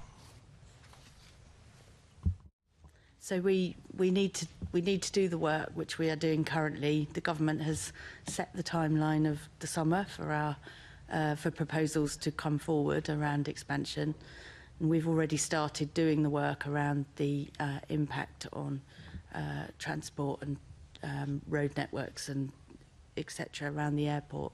So we're not in a position to sort of state what we do or don't need to be able to achieve the targets that we believe we will need to meet Currently, that's 55 in the current ANPS. That's 55% public transport mode share. I think we can assume that's not going to go down, and that was the objective that Gatwick's been set in their application. So our working assumption, I suppose, at the moment is that we would need to achieve that. So we are working through kind of what our current baseline is and what we would need, what mitigations we would need in place to be able to achieve that, which would be the route to achieving net zero. So, but in your previous answers, you talked about quite a detailed business case that were put forward indeed for both those sets of proposals. Presumably, as part of that, you had numbers of projected customers on those two routes and what that would look like, both in terms of growth for the airport, but also in terms of modal shift. Would you be able to elaborate on what that might look like? So when the modelling was last carried out, when the previous expansion proposal was on the table, that was 2018, 2019, when that work was being done, and a lot has changed in the background since those, particularly in regards to the transport network around London since then. So it wouldn't be right to lean on what work was done back in 2018. As Sophie said, we're in the process, as part of the proposals for the summer, of starting to refresh that modelling suite and do the work. But obviously since 2019, ULEZ is now in place, Elizabeth Line is now through running. We've introduced terminal drop-off charge. There's a whole load of externalities that mean it wouldn't be right to lean on work that was done then. But we do need to understand that work, and that's why we've kicked it off.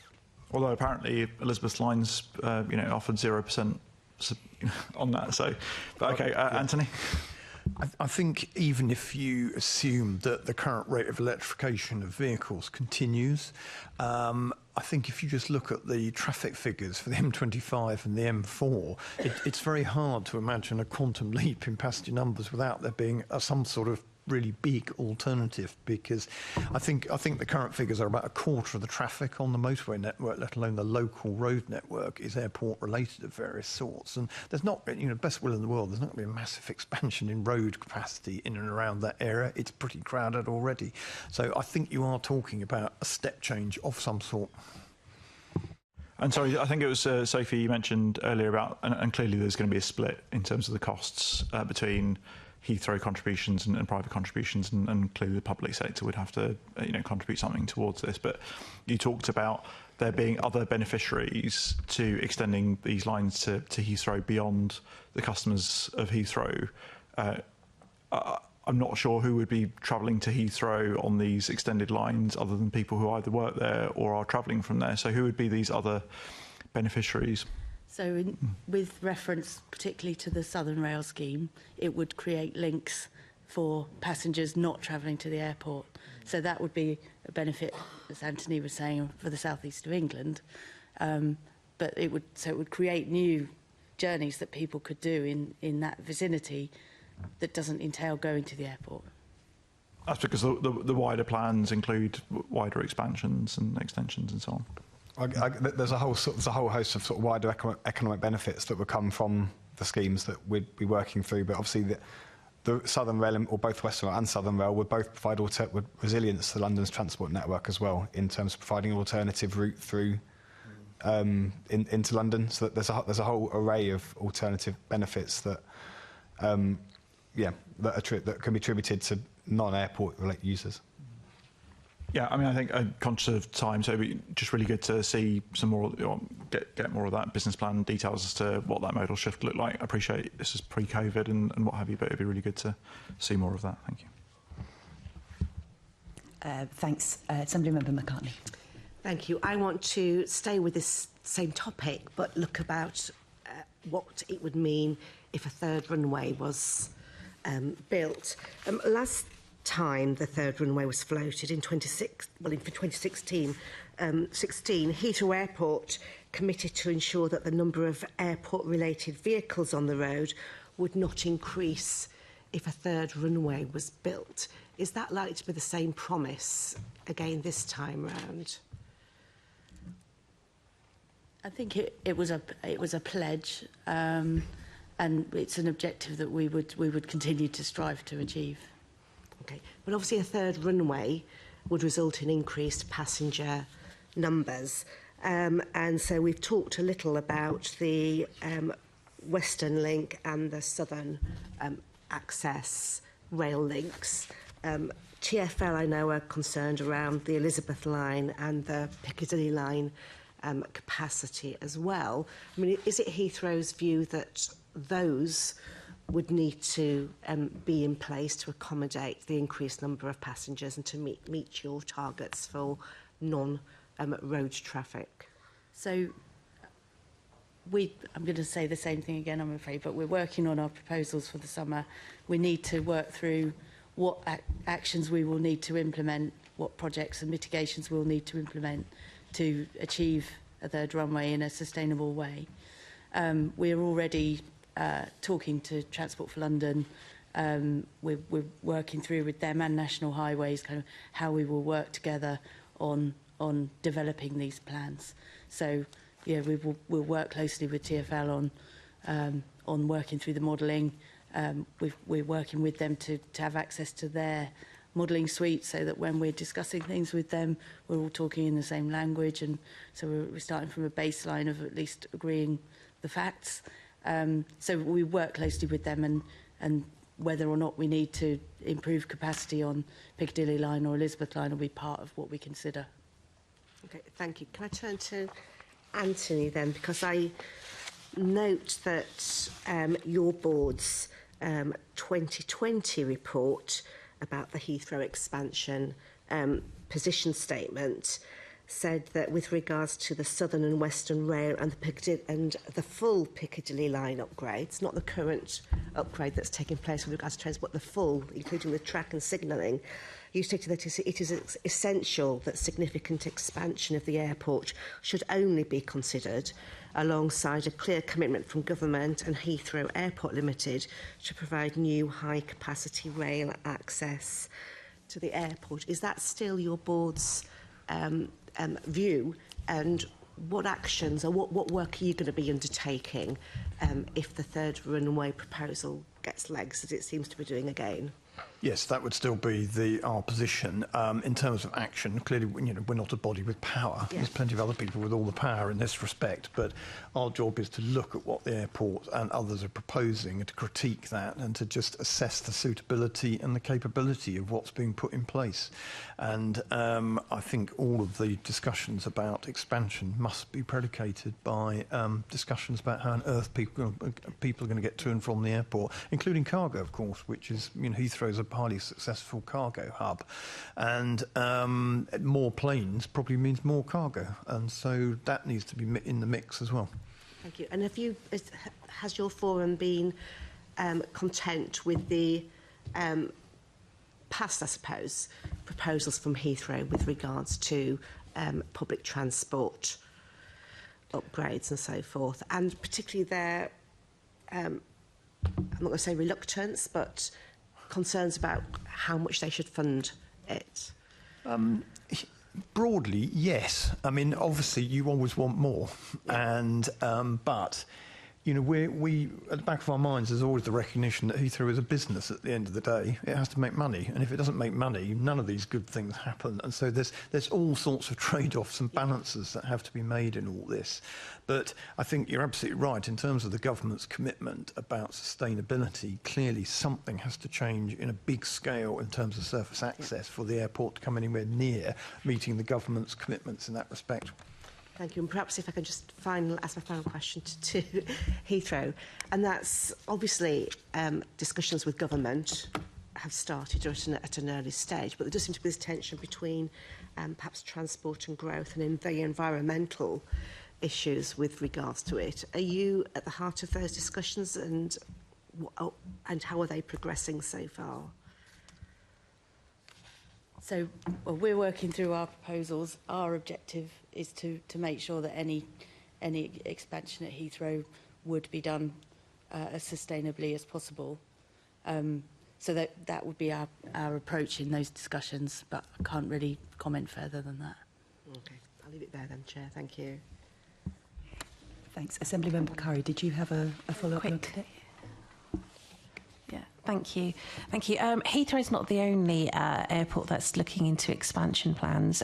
Gatwick is in the market for a second runway, and that decision will be made earlier this year. So if Gatwick receives approval for its second runway, how does this impact Heathrow's plans for a third runway and the accompanying need for expansion surface access? So I guess I would say that's kind of not within my remit. My remit is if Heathrow is going to expand, to make sure that we do it in the right way. So I would have thought they would be within your remit, because are you suggesting that it doesn't matter what happens with Gatwick, the plans will still go ahead with Heathrow? Because obviously it will link, it will have an impact. I'm not suggesting that. I'm just suggesting it's probably not within my purview to comment on that. Okay. Right. Is that quite surprised by that, but is that something that you could get a response to us on? That would be great, because it is obviously of interest to us. Obviously, we don't always understand exactly what different roles cover. Assembly Member Russell with her. Yes, just very briefly, Sophie, you just said earlier that Heathrow expansion will be done as sustainably as possible. I'm assuming that still means that you still at least stick to the existing targets in terms of the reducing surface access carbon emissions and the kind of existing targets around surface access, levels of traffic and all the rest of it. You're not saying it'll get worse. You can at least meet those. We're working through all of that at the moment, but as a team, our working assumption is that we at least will need to achieve the targets that are already outlined in the ANPS. Okay, thank you. Thank you. And those are all our questions for you. And thank you very much to first panel of guests. Would also like to acknowledge that thank you for coming when obviously your plans are in development, and there we're asking quite a lot of questions that you don't feel that you're able to answer. I hope that it will be the start of engagement, and we'll be able to talk in some form when your plans are in more detail. Also, just to say, obviously there were, well, not obviously, we had lots of more questions that we didn't quite ask, particularly around bus and coach, and I feel really sad we had to drop those questions. So we'd like to put those in writing to you, if that's okay. Thanks. We'll now take a short break before we resume with our second panel. So if everyone could be, well, not you, you're allowed to go. Everyone else could be back at 11:45. That would be great. Thanks very much.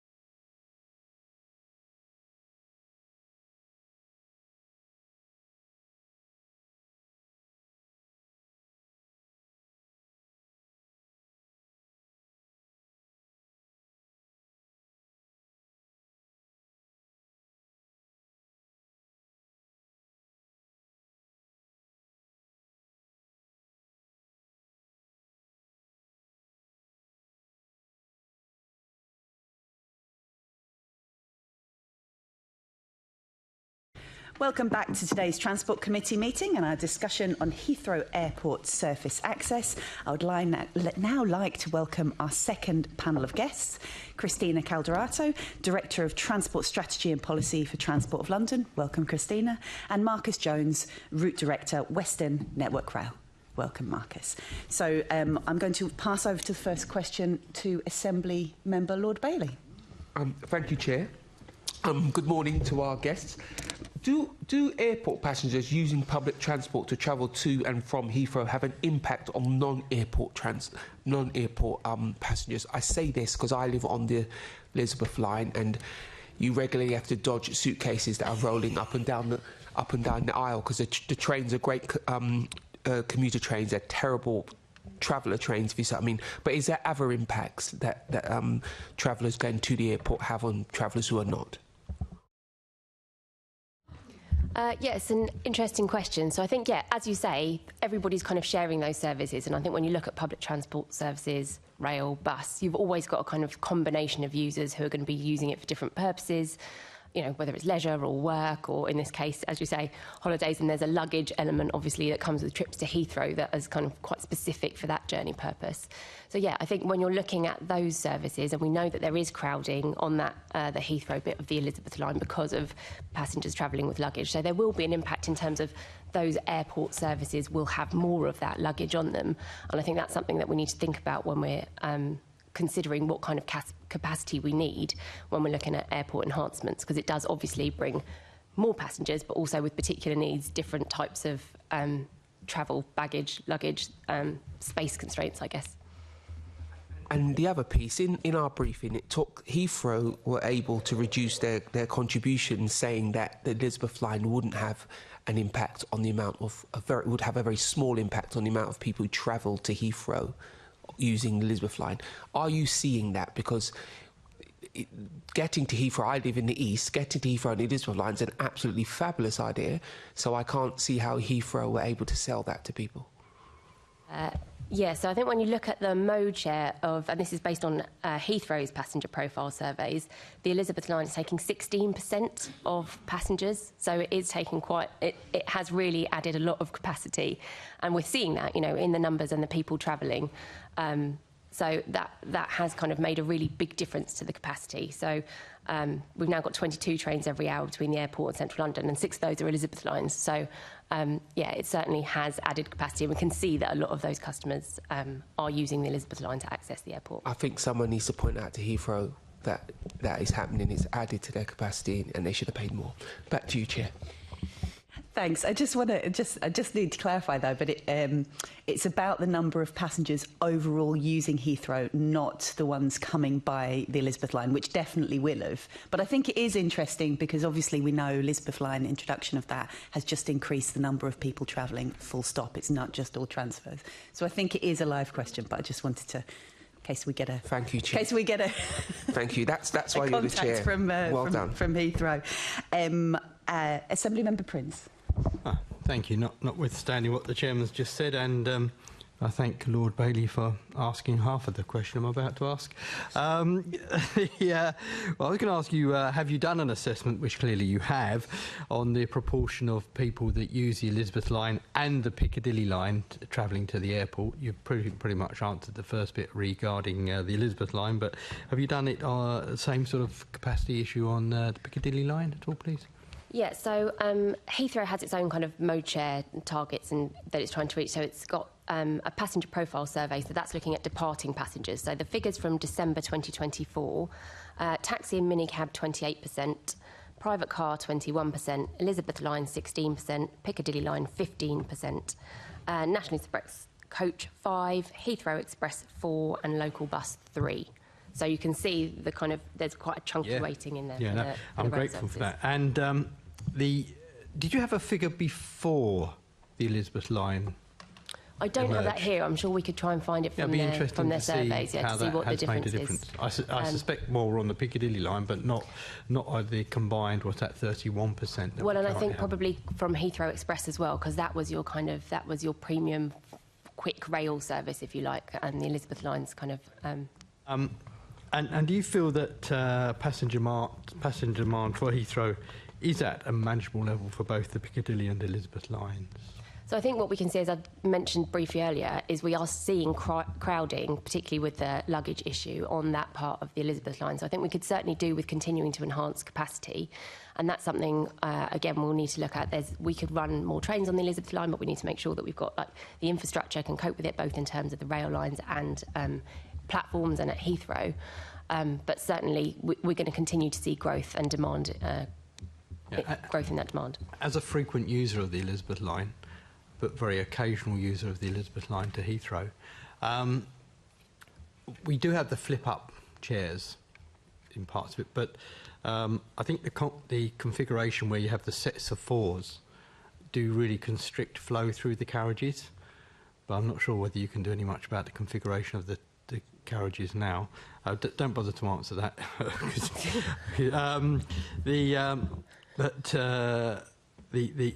The main question really is the train times. You know, flights at Heathrow start around about 6 o'clock, I think, from memory. I certainly was looking for a flight there last week, and I've ended up going to Stansted, but I'm still going to Carby Stansted because the Elizabeth line doesn't run early enough to enable me to use a train. I know that lots of maintenance goes on in the shutdown period, but is there nothing we can do to try and make to enable the Elizabeth line to get there just that little bit earlier to make it a possibility? So, I mean, as you've rightly pointed out, there are constraints and you know, maintenance and work that needs to be done overnight. And so the constraints about when we can start and stop those services is fairly fixed. I mean, we'll always look at how we can improve services, but I think the way that we've tried to look at that is by making sure that we've got bus services, and some of those bus services are running 24 hours a day. So there should always be some option. But yeah, the Elizabeth line's not always going to be available 24/7. A bus from Romford to Heathrow, though, is a bit of a schlep. That might be quite a long one. I take that point. Thank you, Assemblymember Prince. Just a horrifying prospect. Just to ask Marcus a parallel question, basically, which is how do the critical mass of airport passengers affect the non-airport passengers on rail services that you're responsible for? No, thank you for the question. I think generally from my point of view, I sort of operate and maintain in the current model, so working with for Network Rail. So my role is to make sure the trains operate, and my key sort of interface is at London Paddington, which is sort of a station that we own and operate. And we've seen obviously a shift from how passengers move in dedicated platforms for Heathrow Express to how we're now seeing that move to the Elizabeth line in a lot of circumstances. So we've done some work around how people move, and as part of that we're going to be redeveloping our signage because it's a listed station, so it's quite difficult at times to do those sorts of things. But that's an area in the next sort of 3 years we're going to be completely renewing the signage to make sure that we can help direct people in the right directions, which kind of I'm responsible for as it stands. Apologies, Mike. And so just overall, before we move on to looking at specific schemes that may have been talked about in the first panel, what are the biggest challenges you have still in the current situation, notwithstanding any potential expansion, in managing those two sometimes competing needs, sets of passengers? Well, I think at the moment, and it was a really good question earlier on terms of earlier, later starts, we're very much driven by our sort of maintenance windows. And at the moment, you know, we've spent the last 18 months going through a project called Project Brunel, which is to improve our performance. And we've taken 20% of delay out the system, which means that we sort of, I think we've had nearly 20,000 more on-time departures from stations. So we're seeing a performance improvement. And I think, you know, that has helped ensure that the balance of passengers is sort of spread evenly. But in terms of, again, for sort of modal share and things like that, my pure role is to make sure that I can keep the trains running on time as best I can. Thank you. Assemblymember Bakari. Thank you. I'll be talking more about the other schemes, but I did just want to refer back to a question I asked the last panel about the statement that there will be no net benefit in terms of additional passengers, therefore Heathrow's contribution to Elizabeth Line being reduced. What's your opinion on this particular situation? Has that impacted the way you're going to be financing for going forward for TfL? So I might have to take some of the details of the regulation and the contributions away because I don't have all of that information to hand. I think what I can say is that we can, as we've already discussed, the Elizabeth Line, I think, has made a huge and significant impact on the ability of passengers to be able to reach Heathrow. So I'm happy to take away specifics, but yeah, I think on the question... It's going to impact your finances, isn't it, if Heathrow doesn't bring up the cash? And I think that's something that, as we come to understand more about what growth looks like, we need to kind of understand the detail of that to see what the appropriate funding model is because, I think we agree that it shouldn't all fall to the public purse to kind of fund expansion, but depending on what those quantums are, we'll need to understand what that should look like. But that's something certainly that we'll be considering. Okay, well, thank you. What conversations have taken place between TfL, Network Rail and the government concerning the potential options of building southern and western rail links at Heathrow Airport? Thank you. So in terms of western and southern rail links, as Anthony said earlier, we have a scheme that had been developed to a point, and we haven't had any formal conversations yet on funding to enable that to progress to the next stage. That's Western Rail Link, which is more developed. From a Southern Rail Link, for the current scheme that Anthony referred to earlier, we haven't had a huge dealings as it's primarily been led through sort of private company. So again, we're very happy to have those conversations as and when requested, and we can provide the technical input that Network Rail would generally be sort of set its expertise at. Okay, and is it feasible to extend the Elizabeth Line to Staines and provide a southern rail link to Heathrow this way? Probably starting with yourself. So I think, again, what's going to be really important is that we understand what the actual proposals are so that we can kind of understand exactly what's going to be needed. I think we are working closely together. We're kind of understanding what that is. I think when you look at the services that are there now, those rail connections into central London are great, but the lack of them in any other direction is definitely a problem in terms of sustainable mode shift. So we will certainly be looking at how we can increase those Elizabeth Line services. I think the other thing that's going to be really important to mention is the next phase of the Piccadilly line upgrade, because that will also help to ensure that we've got that extra capacity to meet demand from central London. And this question was asked at the last panel, but how much would it cost to build the southern and western rail links at Heathrow Airport? So in terms of the Western Rail Link, an option had been developed, and there was in 2017, 2018 that had come out. As you know, between 2018 and now, there's been a huge amount of change and a huge amount of change in regulations, and also how Network Rail approaches projects as well. So it doesn't feel like it would be appropriate to give a number, but if funding were made available, we would be able to work through that option to a more detailed design, which would drive that to an accurate figure. I mean, it was costed at 1.7 billion in 2016, so obviously it's going to be a bit more than that now, isn't it? It's been quite a few years since. So yeah, it's definitely a few years since, but I think it would be something I'd happily go away and provide a response on that number. But I think from a Network Rail point of view, it's getting that funding in place that would enable us then to really delve into the detail of how we develop that project further, because the business case is positive for the Western Rail Link. So that is a good option for us in the future. Okay, great, thank you. Thanks. Yes, it would be helpful if you could provide anything you could in writing. We do accept that this situation is developing all the time, so anything you can give now in the future would be positive. Assembly Member McCartney. Thank you. Can I just ask, on the Heathrow Southern Railway, it's a privately financed proposal, but who actually is behind it? So in terms of its HSR, it's a private business, but I think I'd say I'd come back to you in writing on more detail behind it, because it's an area of my sort of limited expertise, as I tend to look after the western side of the railway, but I can provide that detail formally afterwards, definitely. That'd be helpful. I think also a little bit about how that would interface with the public Network Rail. That would be really helpful. Thank you. No problem at all. Can I ask, though, with regards to the third runway proposal that's now back on the table and looking forward, to both of you really, would you expect to see Southern and Western rail links included in Heathrow's proposals, and particularly for Christina, with regards to the Elizabeth and Piccadilly lines, what would you be looking for?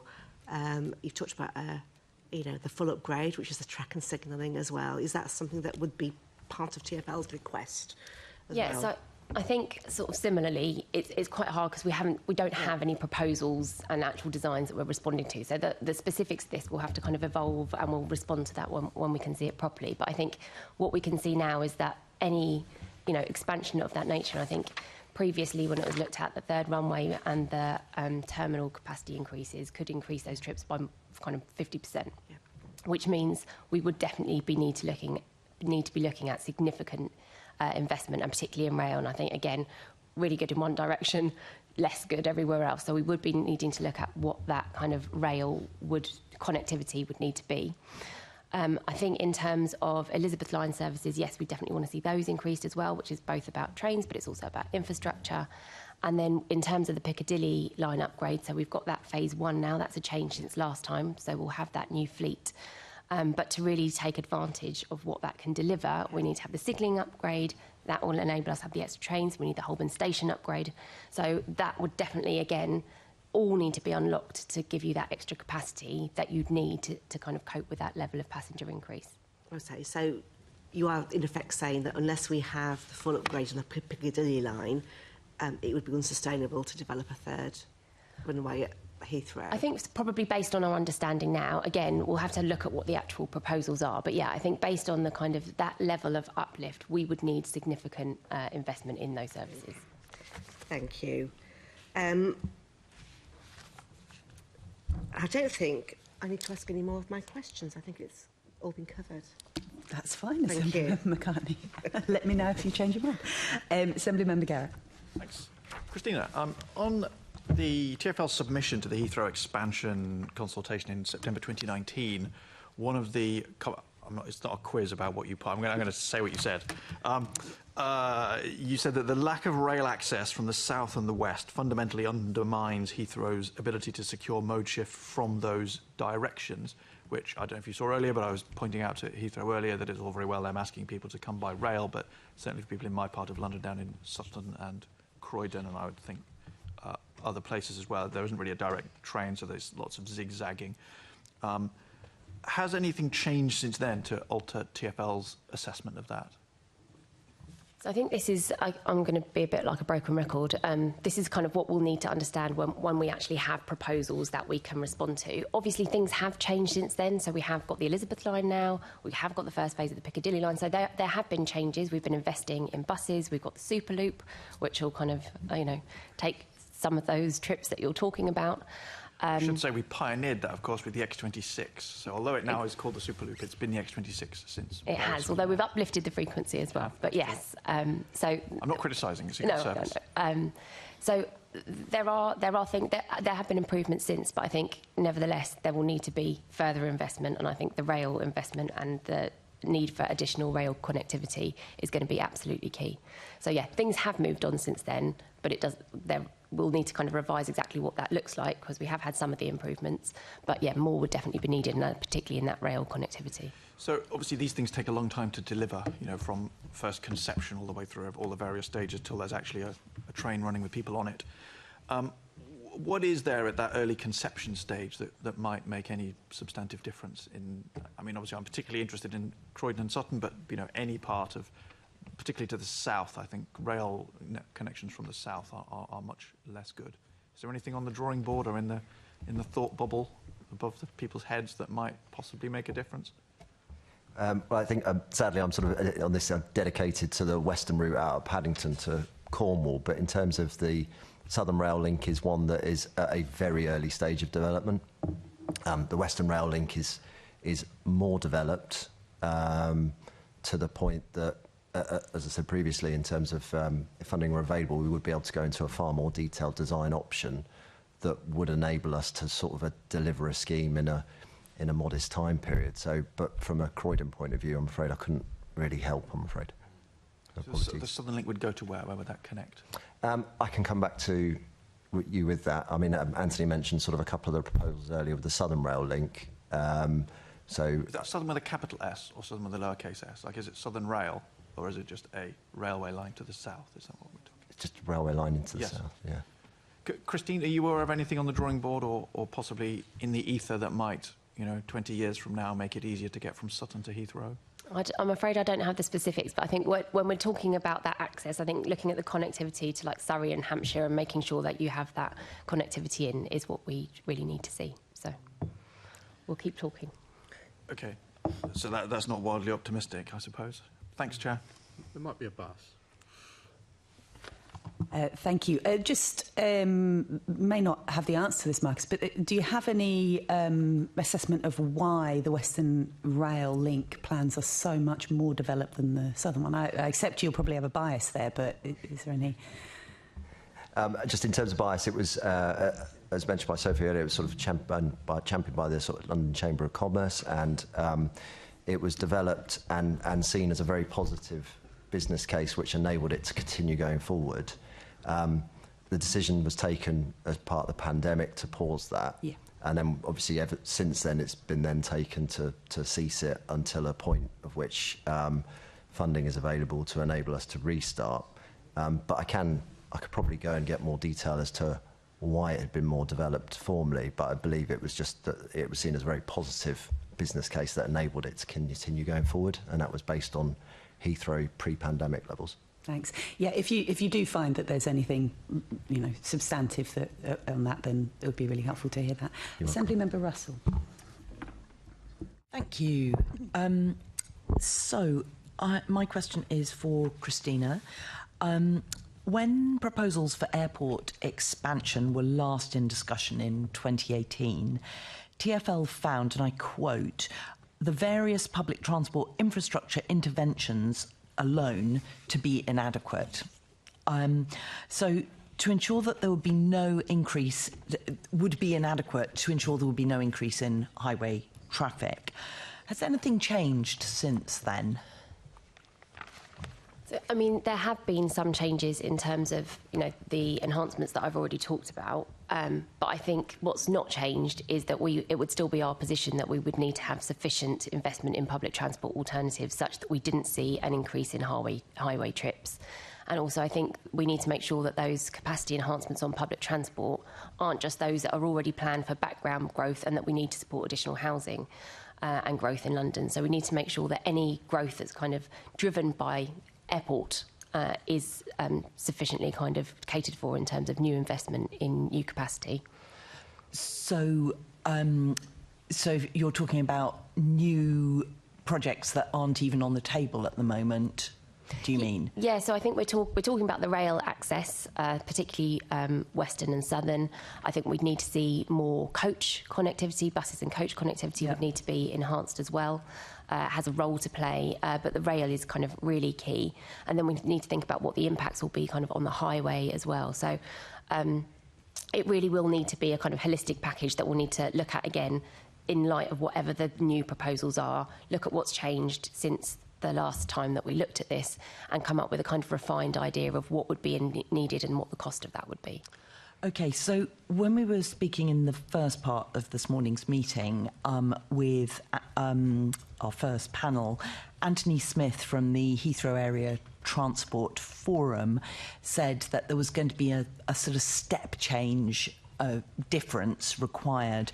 And in particular, I just also wanted to ask about what that step change might look like in terms of walking and cycling provision, because we've seen, there's the potential for staff accessing Heathrow by cycling, but that's only going to happen when you've got really good cycling routes. And if you've got those really good cycling routes, that potentially helps people from all over those surrounding boroughs also to make journeys that aren't necessarily going to Heathrow, but if you've got good cycling connectivity. And I just wondered, is TfL doing any work on with those boroughs, thinking about how to improve the cycling options so that there's, apart from the public transport options for not using a car, there's also really good options for people to walk and cycle locally? Yeah, so as you've rightly said, there is a sort of role for walking and cycling around access to Heathrow, primarily for staff. And I think the other thing that's worth noting within there is that in Heathrow, the terminals are really well connected to public transport, but the areas where staff might be going are not necessarily so well connected, might need another bus trip, or that's where you can get the kind of active travel elements within that as well. We are working in a sort of everyday BAU way with the boroughs around there, and actually Hillingdon's just had a really good new cycling plan that we're working with them on. So there's definitely work going on around that area to make sure that there is better connections for people wanting to walk and cycle as part of employment. And I think your point as well about how that actually creates more space in general on a road network, which we know is already very congested around Heathrow, which then has a knock-on impact on the attractiveness of the bus as a way of getting to the airport. So I think we do need to look at this as a kind of whole package about how we can move people most efficiently according to their journey purpose, what they're doing, so that can help us make the most of the capacity that we have available across all modes. Thank you. So then, going back to 2018, the analysis that you were doing indicated that there would... TfL's modelling suggested that to ensure no increase in highway traffic, a very significant road user charge was going to need to be implemented. And I think that charge was in excess of about £50 for a vehicle trip into Heathrow and £10 for a member of staff to travel into Heathrow. So, and that would be to ensure that you didn't end up with that kind of traffic clogging up all those local roads and therefore making the buses not work effectively, etc. So has anything changed since then to alter TfL's conclusions in terms of if Heathrow expansion does now go ahead? So again, my broken record's going to come back out. But we'll have to look at it once we know what the actual proposals are. We'll have to have a look. But again, I think even in terms of kind of road users, a lot has changed since that time. So we now have London-wide ULEZ, we've got the forecourt charge. So there's already things that are happening which are kind of pulling different levers in terms of influencing people's behaviour. I think there are a couple of things that would be really useful for us to see. One would be understanding the impact of the forecourt charge. It'd be really helpful to see some of the data around whether that's impacted people's behaviour, and actually whether there's any opportunity to kind of ring-fence some of those funds to go towards funding some of the sustainable alternatives. So I think there are definitely things we can do to think about the relationships between how people make choices between driving and public transport. But again, I think the kind of detail of what that would be now in terms of what the public transport alternatives are, what the forecourt charge has done, what's happening with traffic generally, which has changed in that time as well. So again, we need to kind of look at it afresh when we see what the proposals are. But even with the things that are in place now, I think we could think more creatively about what we're doing with them. Mm-hmm. And is there, because it seems like, some of the low-hanging fruit, like putting in the better cycle infrastructure, that's relatively cheap compared to the low billions for, these kind of big rail interventions and the other sort of bigger interventions. And putting, getting going on giving people who are travelling to work better options for cycling in that whole area around the airport sort of feels like it's, potentially relatively low cost for TfL to be working with those boroughs to make those improvements. Is that something that you're just thinking about, just trying to get on with anyway? Yeah, I think that's exactly it. That's a good idea in any event, isn't it? That's what we should be doing in any event, to try and make sure that we can get as much of a mode shift away from car around that very busy area as we possibly can. So yeah, working really closely with those boroughs. As I say, I was at an event with Hillingdon recently, and they are really kind of accelerating their work around cycling. So there's definitely appetite around the area. We know, it's such a big employer, that making sure that we have those facilities in place is something that we should be doing now anyway. Yes, I've been thinking about Assemblymember Mahfouz's person he'd been speaking to, who took an Uber to catch a bus to work, and that it just seems like, you know, if there's a safe, really safe cycle route, then that's a whole load of cost that goes out of people's lives. And actually, that part of London is blessed with a lot of open and green space, which is really ripe for having some of those really high quality infrastructure.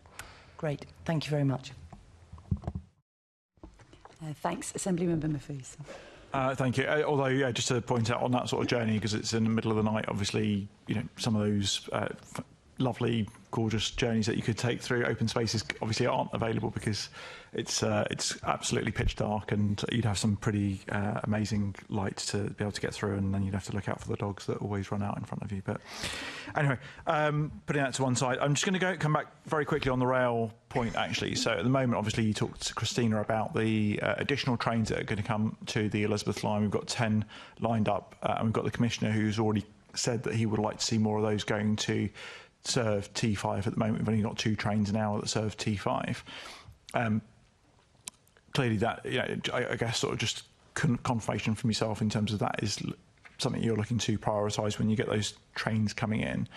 But also, going back to the point that a number of colleagues have raised already, is that clearly, you know, people who are going to Heathrow, very many of them are taking their luggage on the train, and obviously, you know, so for example, 2 of the stations in particular, so you've got Acton Main Line and Hanwell, are only served by Heathrow serving trains. So by the time they get to them, they've already got lower frequency, but all of those trains have already got Heathrow passengers on there. So is there, you know, are you looking at making sure that you can increase the frequency for stations like Hanwell and for Acton Main Line if you're also getting those new trains on board? Yes, so as you say, government has confirmed the funding for us to procure 10 new Elizabeth Line trains, and I think we need them because of the strong passenger demand and the expected growth that we're seeing. We would like to run some more of those trains to Heathrow, so we can, yes, I can confirm that, but I think it goes back to a point that we were saying earlier, that it's not just about having the trains, it's about making sure that the infrastructure can cope with that additional running as well. So that's both about the actual rail lines themselves, but it's also about the capacity at Heathrow and platforms. So yes, we definitely would like to do that, but again, it's kind of, we need to make sure that the whole package is there to make sure that that will work. And I think when you look at the combination then of your kind of rail access, the Piccadilly line upgrade, I think, will also be really important. So having the new trains is really good. That gives us new extra capacity with the longer trains, walk-through trains. But that additional phase 2 funding, where you can unlock the higher frequencies with the signalling and Holborn Station, is where you can see that kind of really amping up as well, where we can start to get those additional frequencies through. So I think we know what we need to do in order to cope with that kind of additional demand. What we need now is the kind of the plans and the funding. And I'm pretty sure you've got some figures that you feel would be, you know, in terms of additional capacity, both from the Elizabeth line and significant expansion in terms of capacity once the 2 phases of the Piccadilly line are introduced, because you can really ramp up in terms of both obviously from the size of the vehicles, obviously the carriages and so on, but equally huge increase in capacity once you've got the signalling sorted as well, is it? Yeah, that's when you can start to run many more trains an hour effectively. So it makes a really big difference. So I think that phase 2 would be going back to what somebody else said earlier, step change in terms of what capacity you could provide. Yeah, absolute game changers really in terms of sort of the ability to transport more people into Heathrow. And I guess just to put to bed any concerns that people on the Uxbridge spur of the Piccadilly line might have in terms of, you know, often it's the sort of, you know, the poor cousin of the Heathrow spur on the Piccadilly line, which always get prioritised. So your ability to be able to expand capacity overall on the Piccadilly line would mean that they would still benefit from those improvements. I think that would be a benefit across the line. Yeah, absolutely. And so just quickly moving on to buses. So you talked actually 16% on the Elizabeth line, 15% on the Piccadilly, but then 3% on buses. You've obviously, again, going back to sort of game changers, we've introduced the Superloop, which has replaced the as Assembly Member Garrett has pointed out, that very, I think, the longest bus route in London, isn't it, from Croydon to Heathrow Airport? And coming from the other angle, you've got the old X140, which has become the SL7 as well. Those are, huge game changers in terms of people who can't afford to pay more than £1.75 in each direction to get to work or to the airport for other reasons. But what are we looking at in terms, because at the moment you only have 2 Superloop routes. What future plans do you have in terms of, because the Superloop 2 doesn't currently have any proposals in there in terms of additional Superloop routes to Heathrow. Would that be something you're considering for the future? Yeah, so I think one of the great things about the bus network is it is really, we can be quite dynamic about flexing to that demand. So yeah, absolutely looking at what that growth looks like in future and whether there's anything more we can or need to do. I think, so you're right, that bus mode share is quite low, but when you look at bus and coach, and I think probably for Heathrow it's helpful to look at both of them, so they account for about 8% of access by those departing passengers. Disproportionately important for staff, many of whom live locally, probably travelling again at different times of day, and they play a really key role in connecting those different points throughout the airport as well, so going, again, not just to the passenger terminals. So we have got a comprehensive network of buses. I think the reliability really remains one of the biggest challenges for us. So we've got very congested roads around the airport and on some of those key corridors.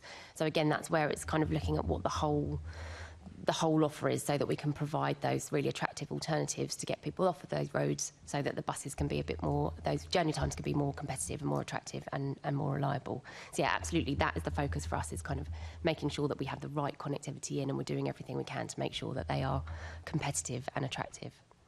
Yeah, I mean, some of those routes, whilst some have been again extended to being 24/7 routes, so you've got the night alternatives, which is fantastic. Some of them, of course, can take well over an hour to get from point A to to Heathrow from their starting point, which obviously is a long journey for the driver, but equally for the passengers who are getting there. But obviously, it's a potentially that it's where there are no alternative routes, or the only alternative is an Uber or equivalent. It's a very welcome opportunity. I guess the bus prioritisation, in terms of those routes there to improve the reliability, something that not only benefits buses but would benefit cyclists that Caroline was referring to earlier as well. Yeah, exactly. And I think that kind of bus prioritisation piece is really important. And just looking at how, we know this road space in London is very constrained, and we've got a lot of competing demands on it. So we're sort of continually looking at the best way that we can strategically plan it to make sure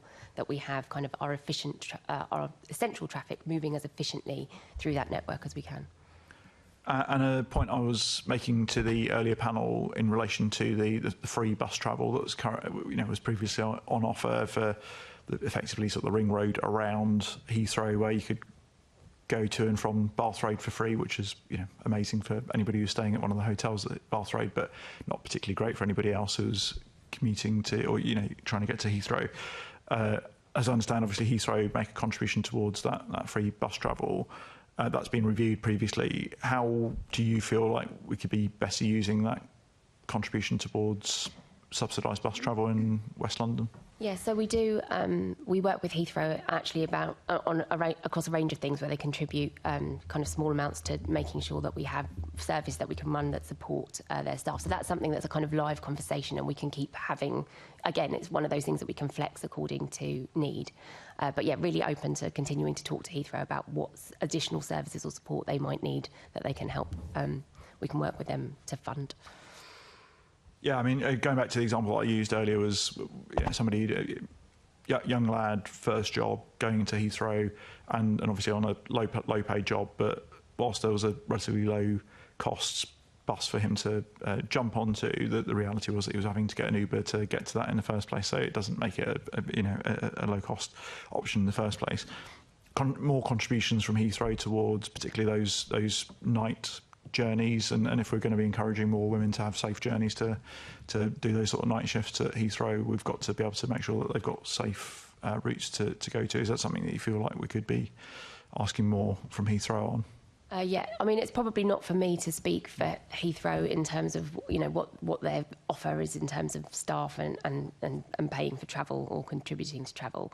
But I think, you know, if there are particular services that it would be helpful for us to run additionally, specifically to support those Heathrow staff, then it probably is sensible for us to have those conversations around that kind of subsidisation as we have had previously. So, yeah, we would absolutely welcome doing that more. I'll leave it at that. Thank you very much, Christina. Thank you. Assemblymember Garrett. Thanks.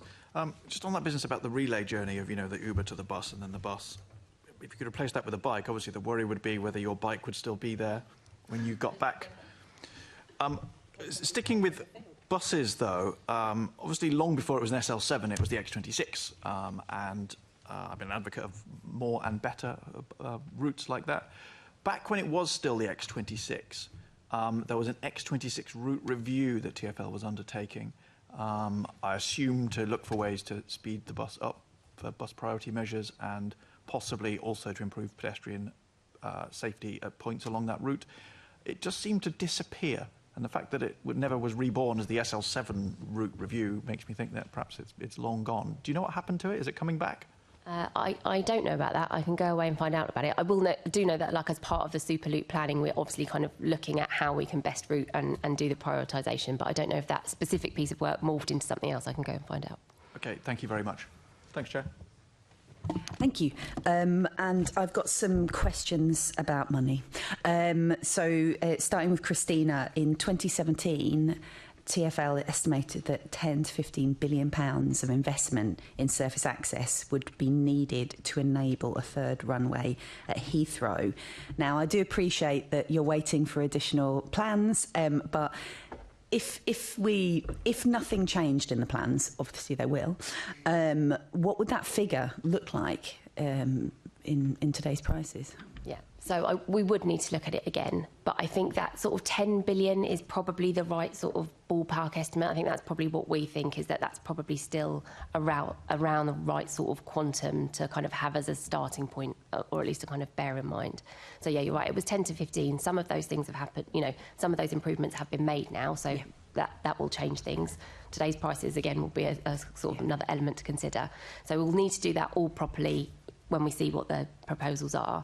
But I think in terms of that 10 to 15, or the 10 sort of end of that, probably feels like it's still the right sort of ballpark to be starting in. So that figure included some things that were, if you don't mind me saying, in train at the time and have then been delivered anyway. Yeah, so we have the Elizabeth line, we've had phase 1 of the Piccadilly line. So some of those things will have happened. Some of those things, there might maybe different ways to do them, less expensive ways to do them. Some there might be increased need. So we'll need to look at all of it to see where the kind of where the need might be greater and where the need might be less. But that feels like it's probably still around the right quantum, around that 10 billion figure. But yeah, more work to be done. Yeah, and obviously it's because we're trying to understand, obviously, what the impact on London and Londoners in various different ways would be of potential third runway, and this sort of question of who's going to pay, how you allocate, who's benefiting, whether it's the TfL improvement or a Network Rail improvement, or it seems to be quite a contested area, to be honest. So I wonder whether we can ask that, given the surface impact it costs us, it could be potentially huge. What would the impact be if we don't have some significant additional funding sources outside the current budgets of both TfL and I'll ask you, Marcus, as well, in terms of Network Rail? Yeah, so I think the Secretary of State, making a statement, said that the surface access needs would need to be privately financed. So I mean, there isn't money hanging around waiting to kind of put this capacity in, as you would well imagine. So I think in terms of how it's funded, that will need to be, again, I think once we've kind of redone the work, looked at what we think that package would entail, and as you say, that will be rail enhancements, it will be things that TfL needs to do. There are things that we need to do anyway to cater for the background growth. This needs to be over and above that. So I think really helpful to hear that it should, the assumption is that it would be privately financed, because I think if it is kind of subsidising a private development, that makes sense. But again, I think it's once we probably need to understand what that quantum is to understand, you know, how exactly that might work. Yeah. But as we've sort of heard and we touched upon multiple times, it's not necessarily exactly clear cut who's benefiting. So, you know, this discussion that we've touched upon a few times in terms of has the Elizabeth line increased numbers of people using Heathrow, and therefore what, you know, so it still feels, to be honest, it feels like a risk for our London's transport system. So it's easy to say it'll all be privately funded, but exactly the detail is that. So can you comment on that, what the risks are if... Yeah, so I think we'll need to be really clear about that, clear about what we think our plans need to be and the funding we would need just to cater for London's growth, London's population growth, London's economy, without any airport expansion. And then there needs to be a very clear kind of programme of work that we think is needed due to airport expansion.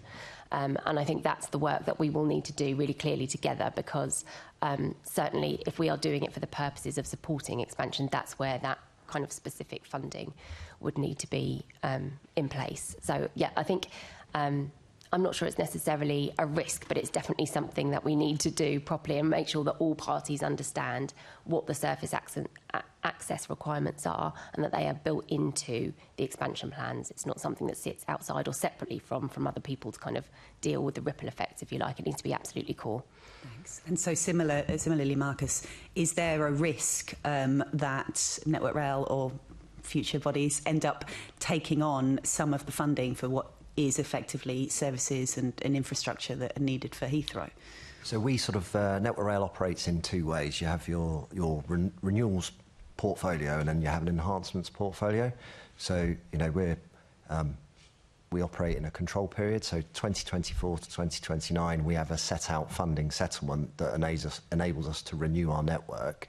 Anything on top of that, in terms of enhancing the network, will come from a variety of different streams, and they could be privately funded, it could be DFT funded.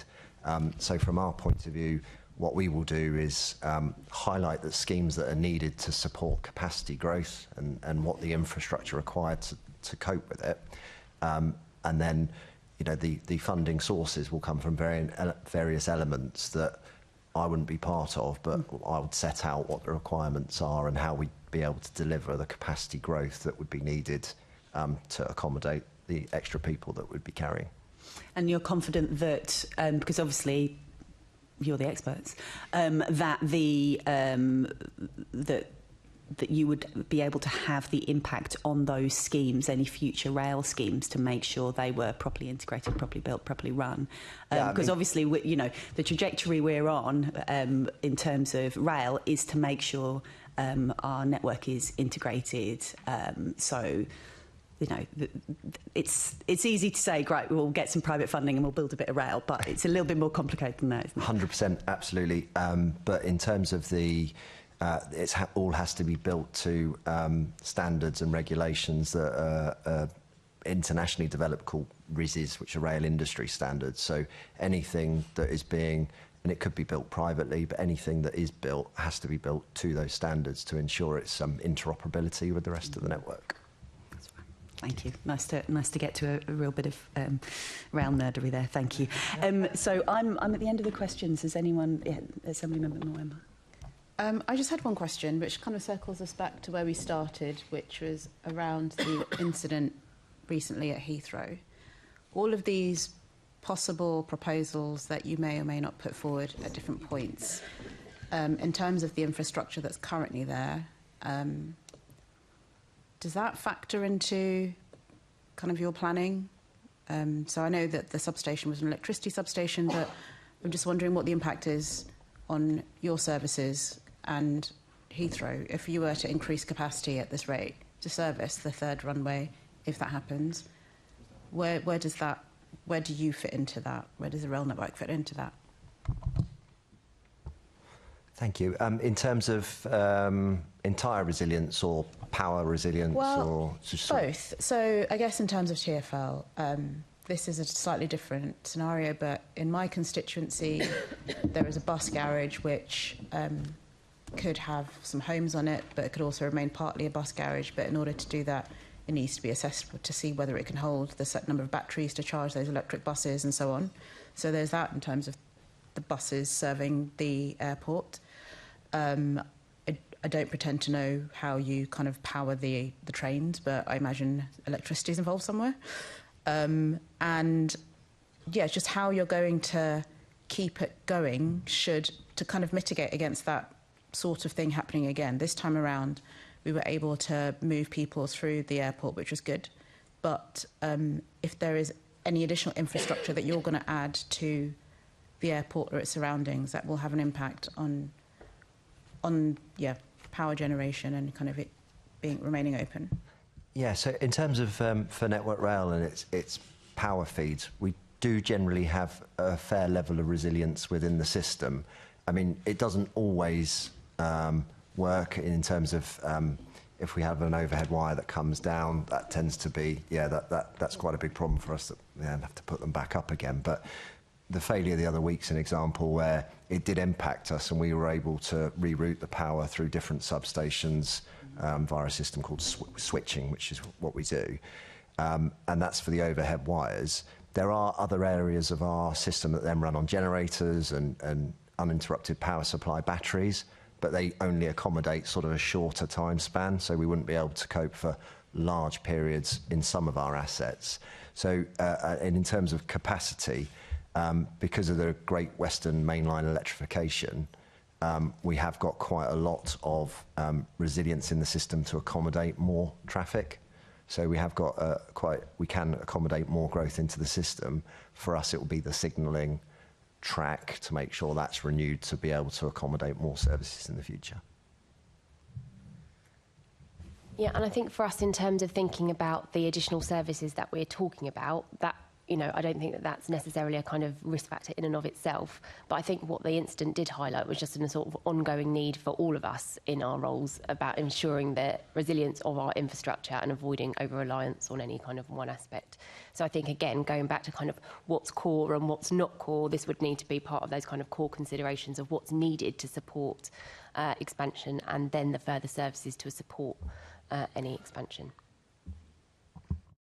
Thank you, Assemblymember Wilmer. So those are all our questions. Since you've been so efficient in answering them, is there anything you want to let us know that you haven't been able to get across to us so far while you've got an opportunity? I don't think so. I think probably the highlights are raising the importance of phase 2 of the Piccadilly line, which really would be game-changing for all the reasons that we've talked about and is important in any event. But I think just probably it's actually that we'll be able to talk a bit more meaningfully once we know what's actually being proposed and we start to kind of review what was there before and what might be needed now. Thank you. I think just for me, in terms of we've been working really collaboratively with TfL and Heathrow, and that's really I think benefiting, at the end of the day, our customers that are using the network. So we've been able to really improve reliability over the last 18 months, thanks to the support of our industry colleagues, but also open up journeys. And Sophie mentioned it earlier, like we're able from May, we're going to be able to offer a service just after 4:30, which means that we can start hitting early shifts for staff, but also for customers as well to get more modal shifts. So just, you know, that's without a genuine sort of collaborative working, we wouldn't be able to do that. So that's definitely something I want to highlight. Thanks. That's really positive. And thanks, and you're right, it is a very early stage. Thank you for coming in and answering questions when things aren't as clear as they will be in the future, and we hope that we'll continue that dialogue. So thanks very much for your responses. You're free to leave, although I'll be done in about 10 more seconds. Can I ask the committee to note the report and the discussion? Yep, noted. And can we also delegate authority to me as chair in consultation with party group lead members to agree any output from the meeting? The next meeting of the committee will be confirmed at the annual meeting of the London Assembly in May 2025, and there is no urgent business. Thank you. The meeting is now closed.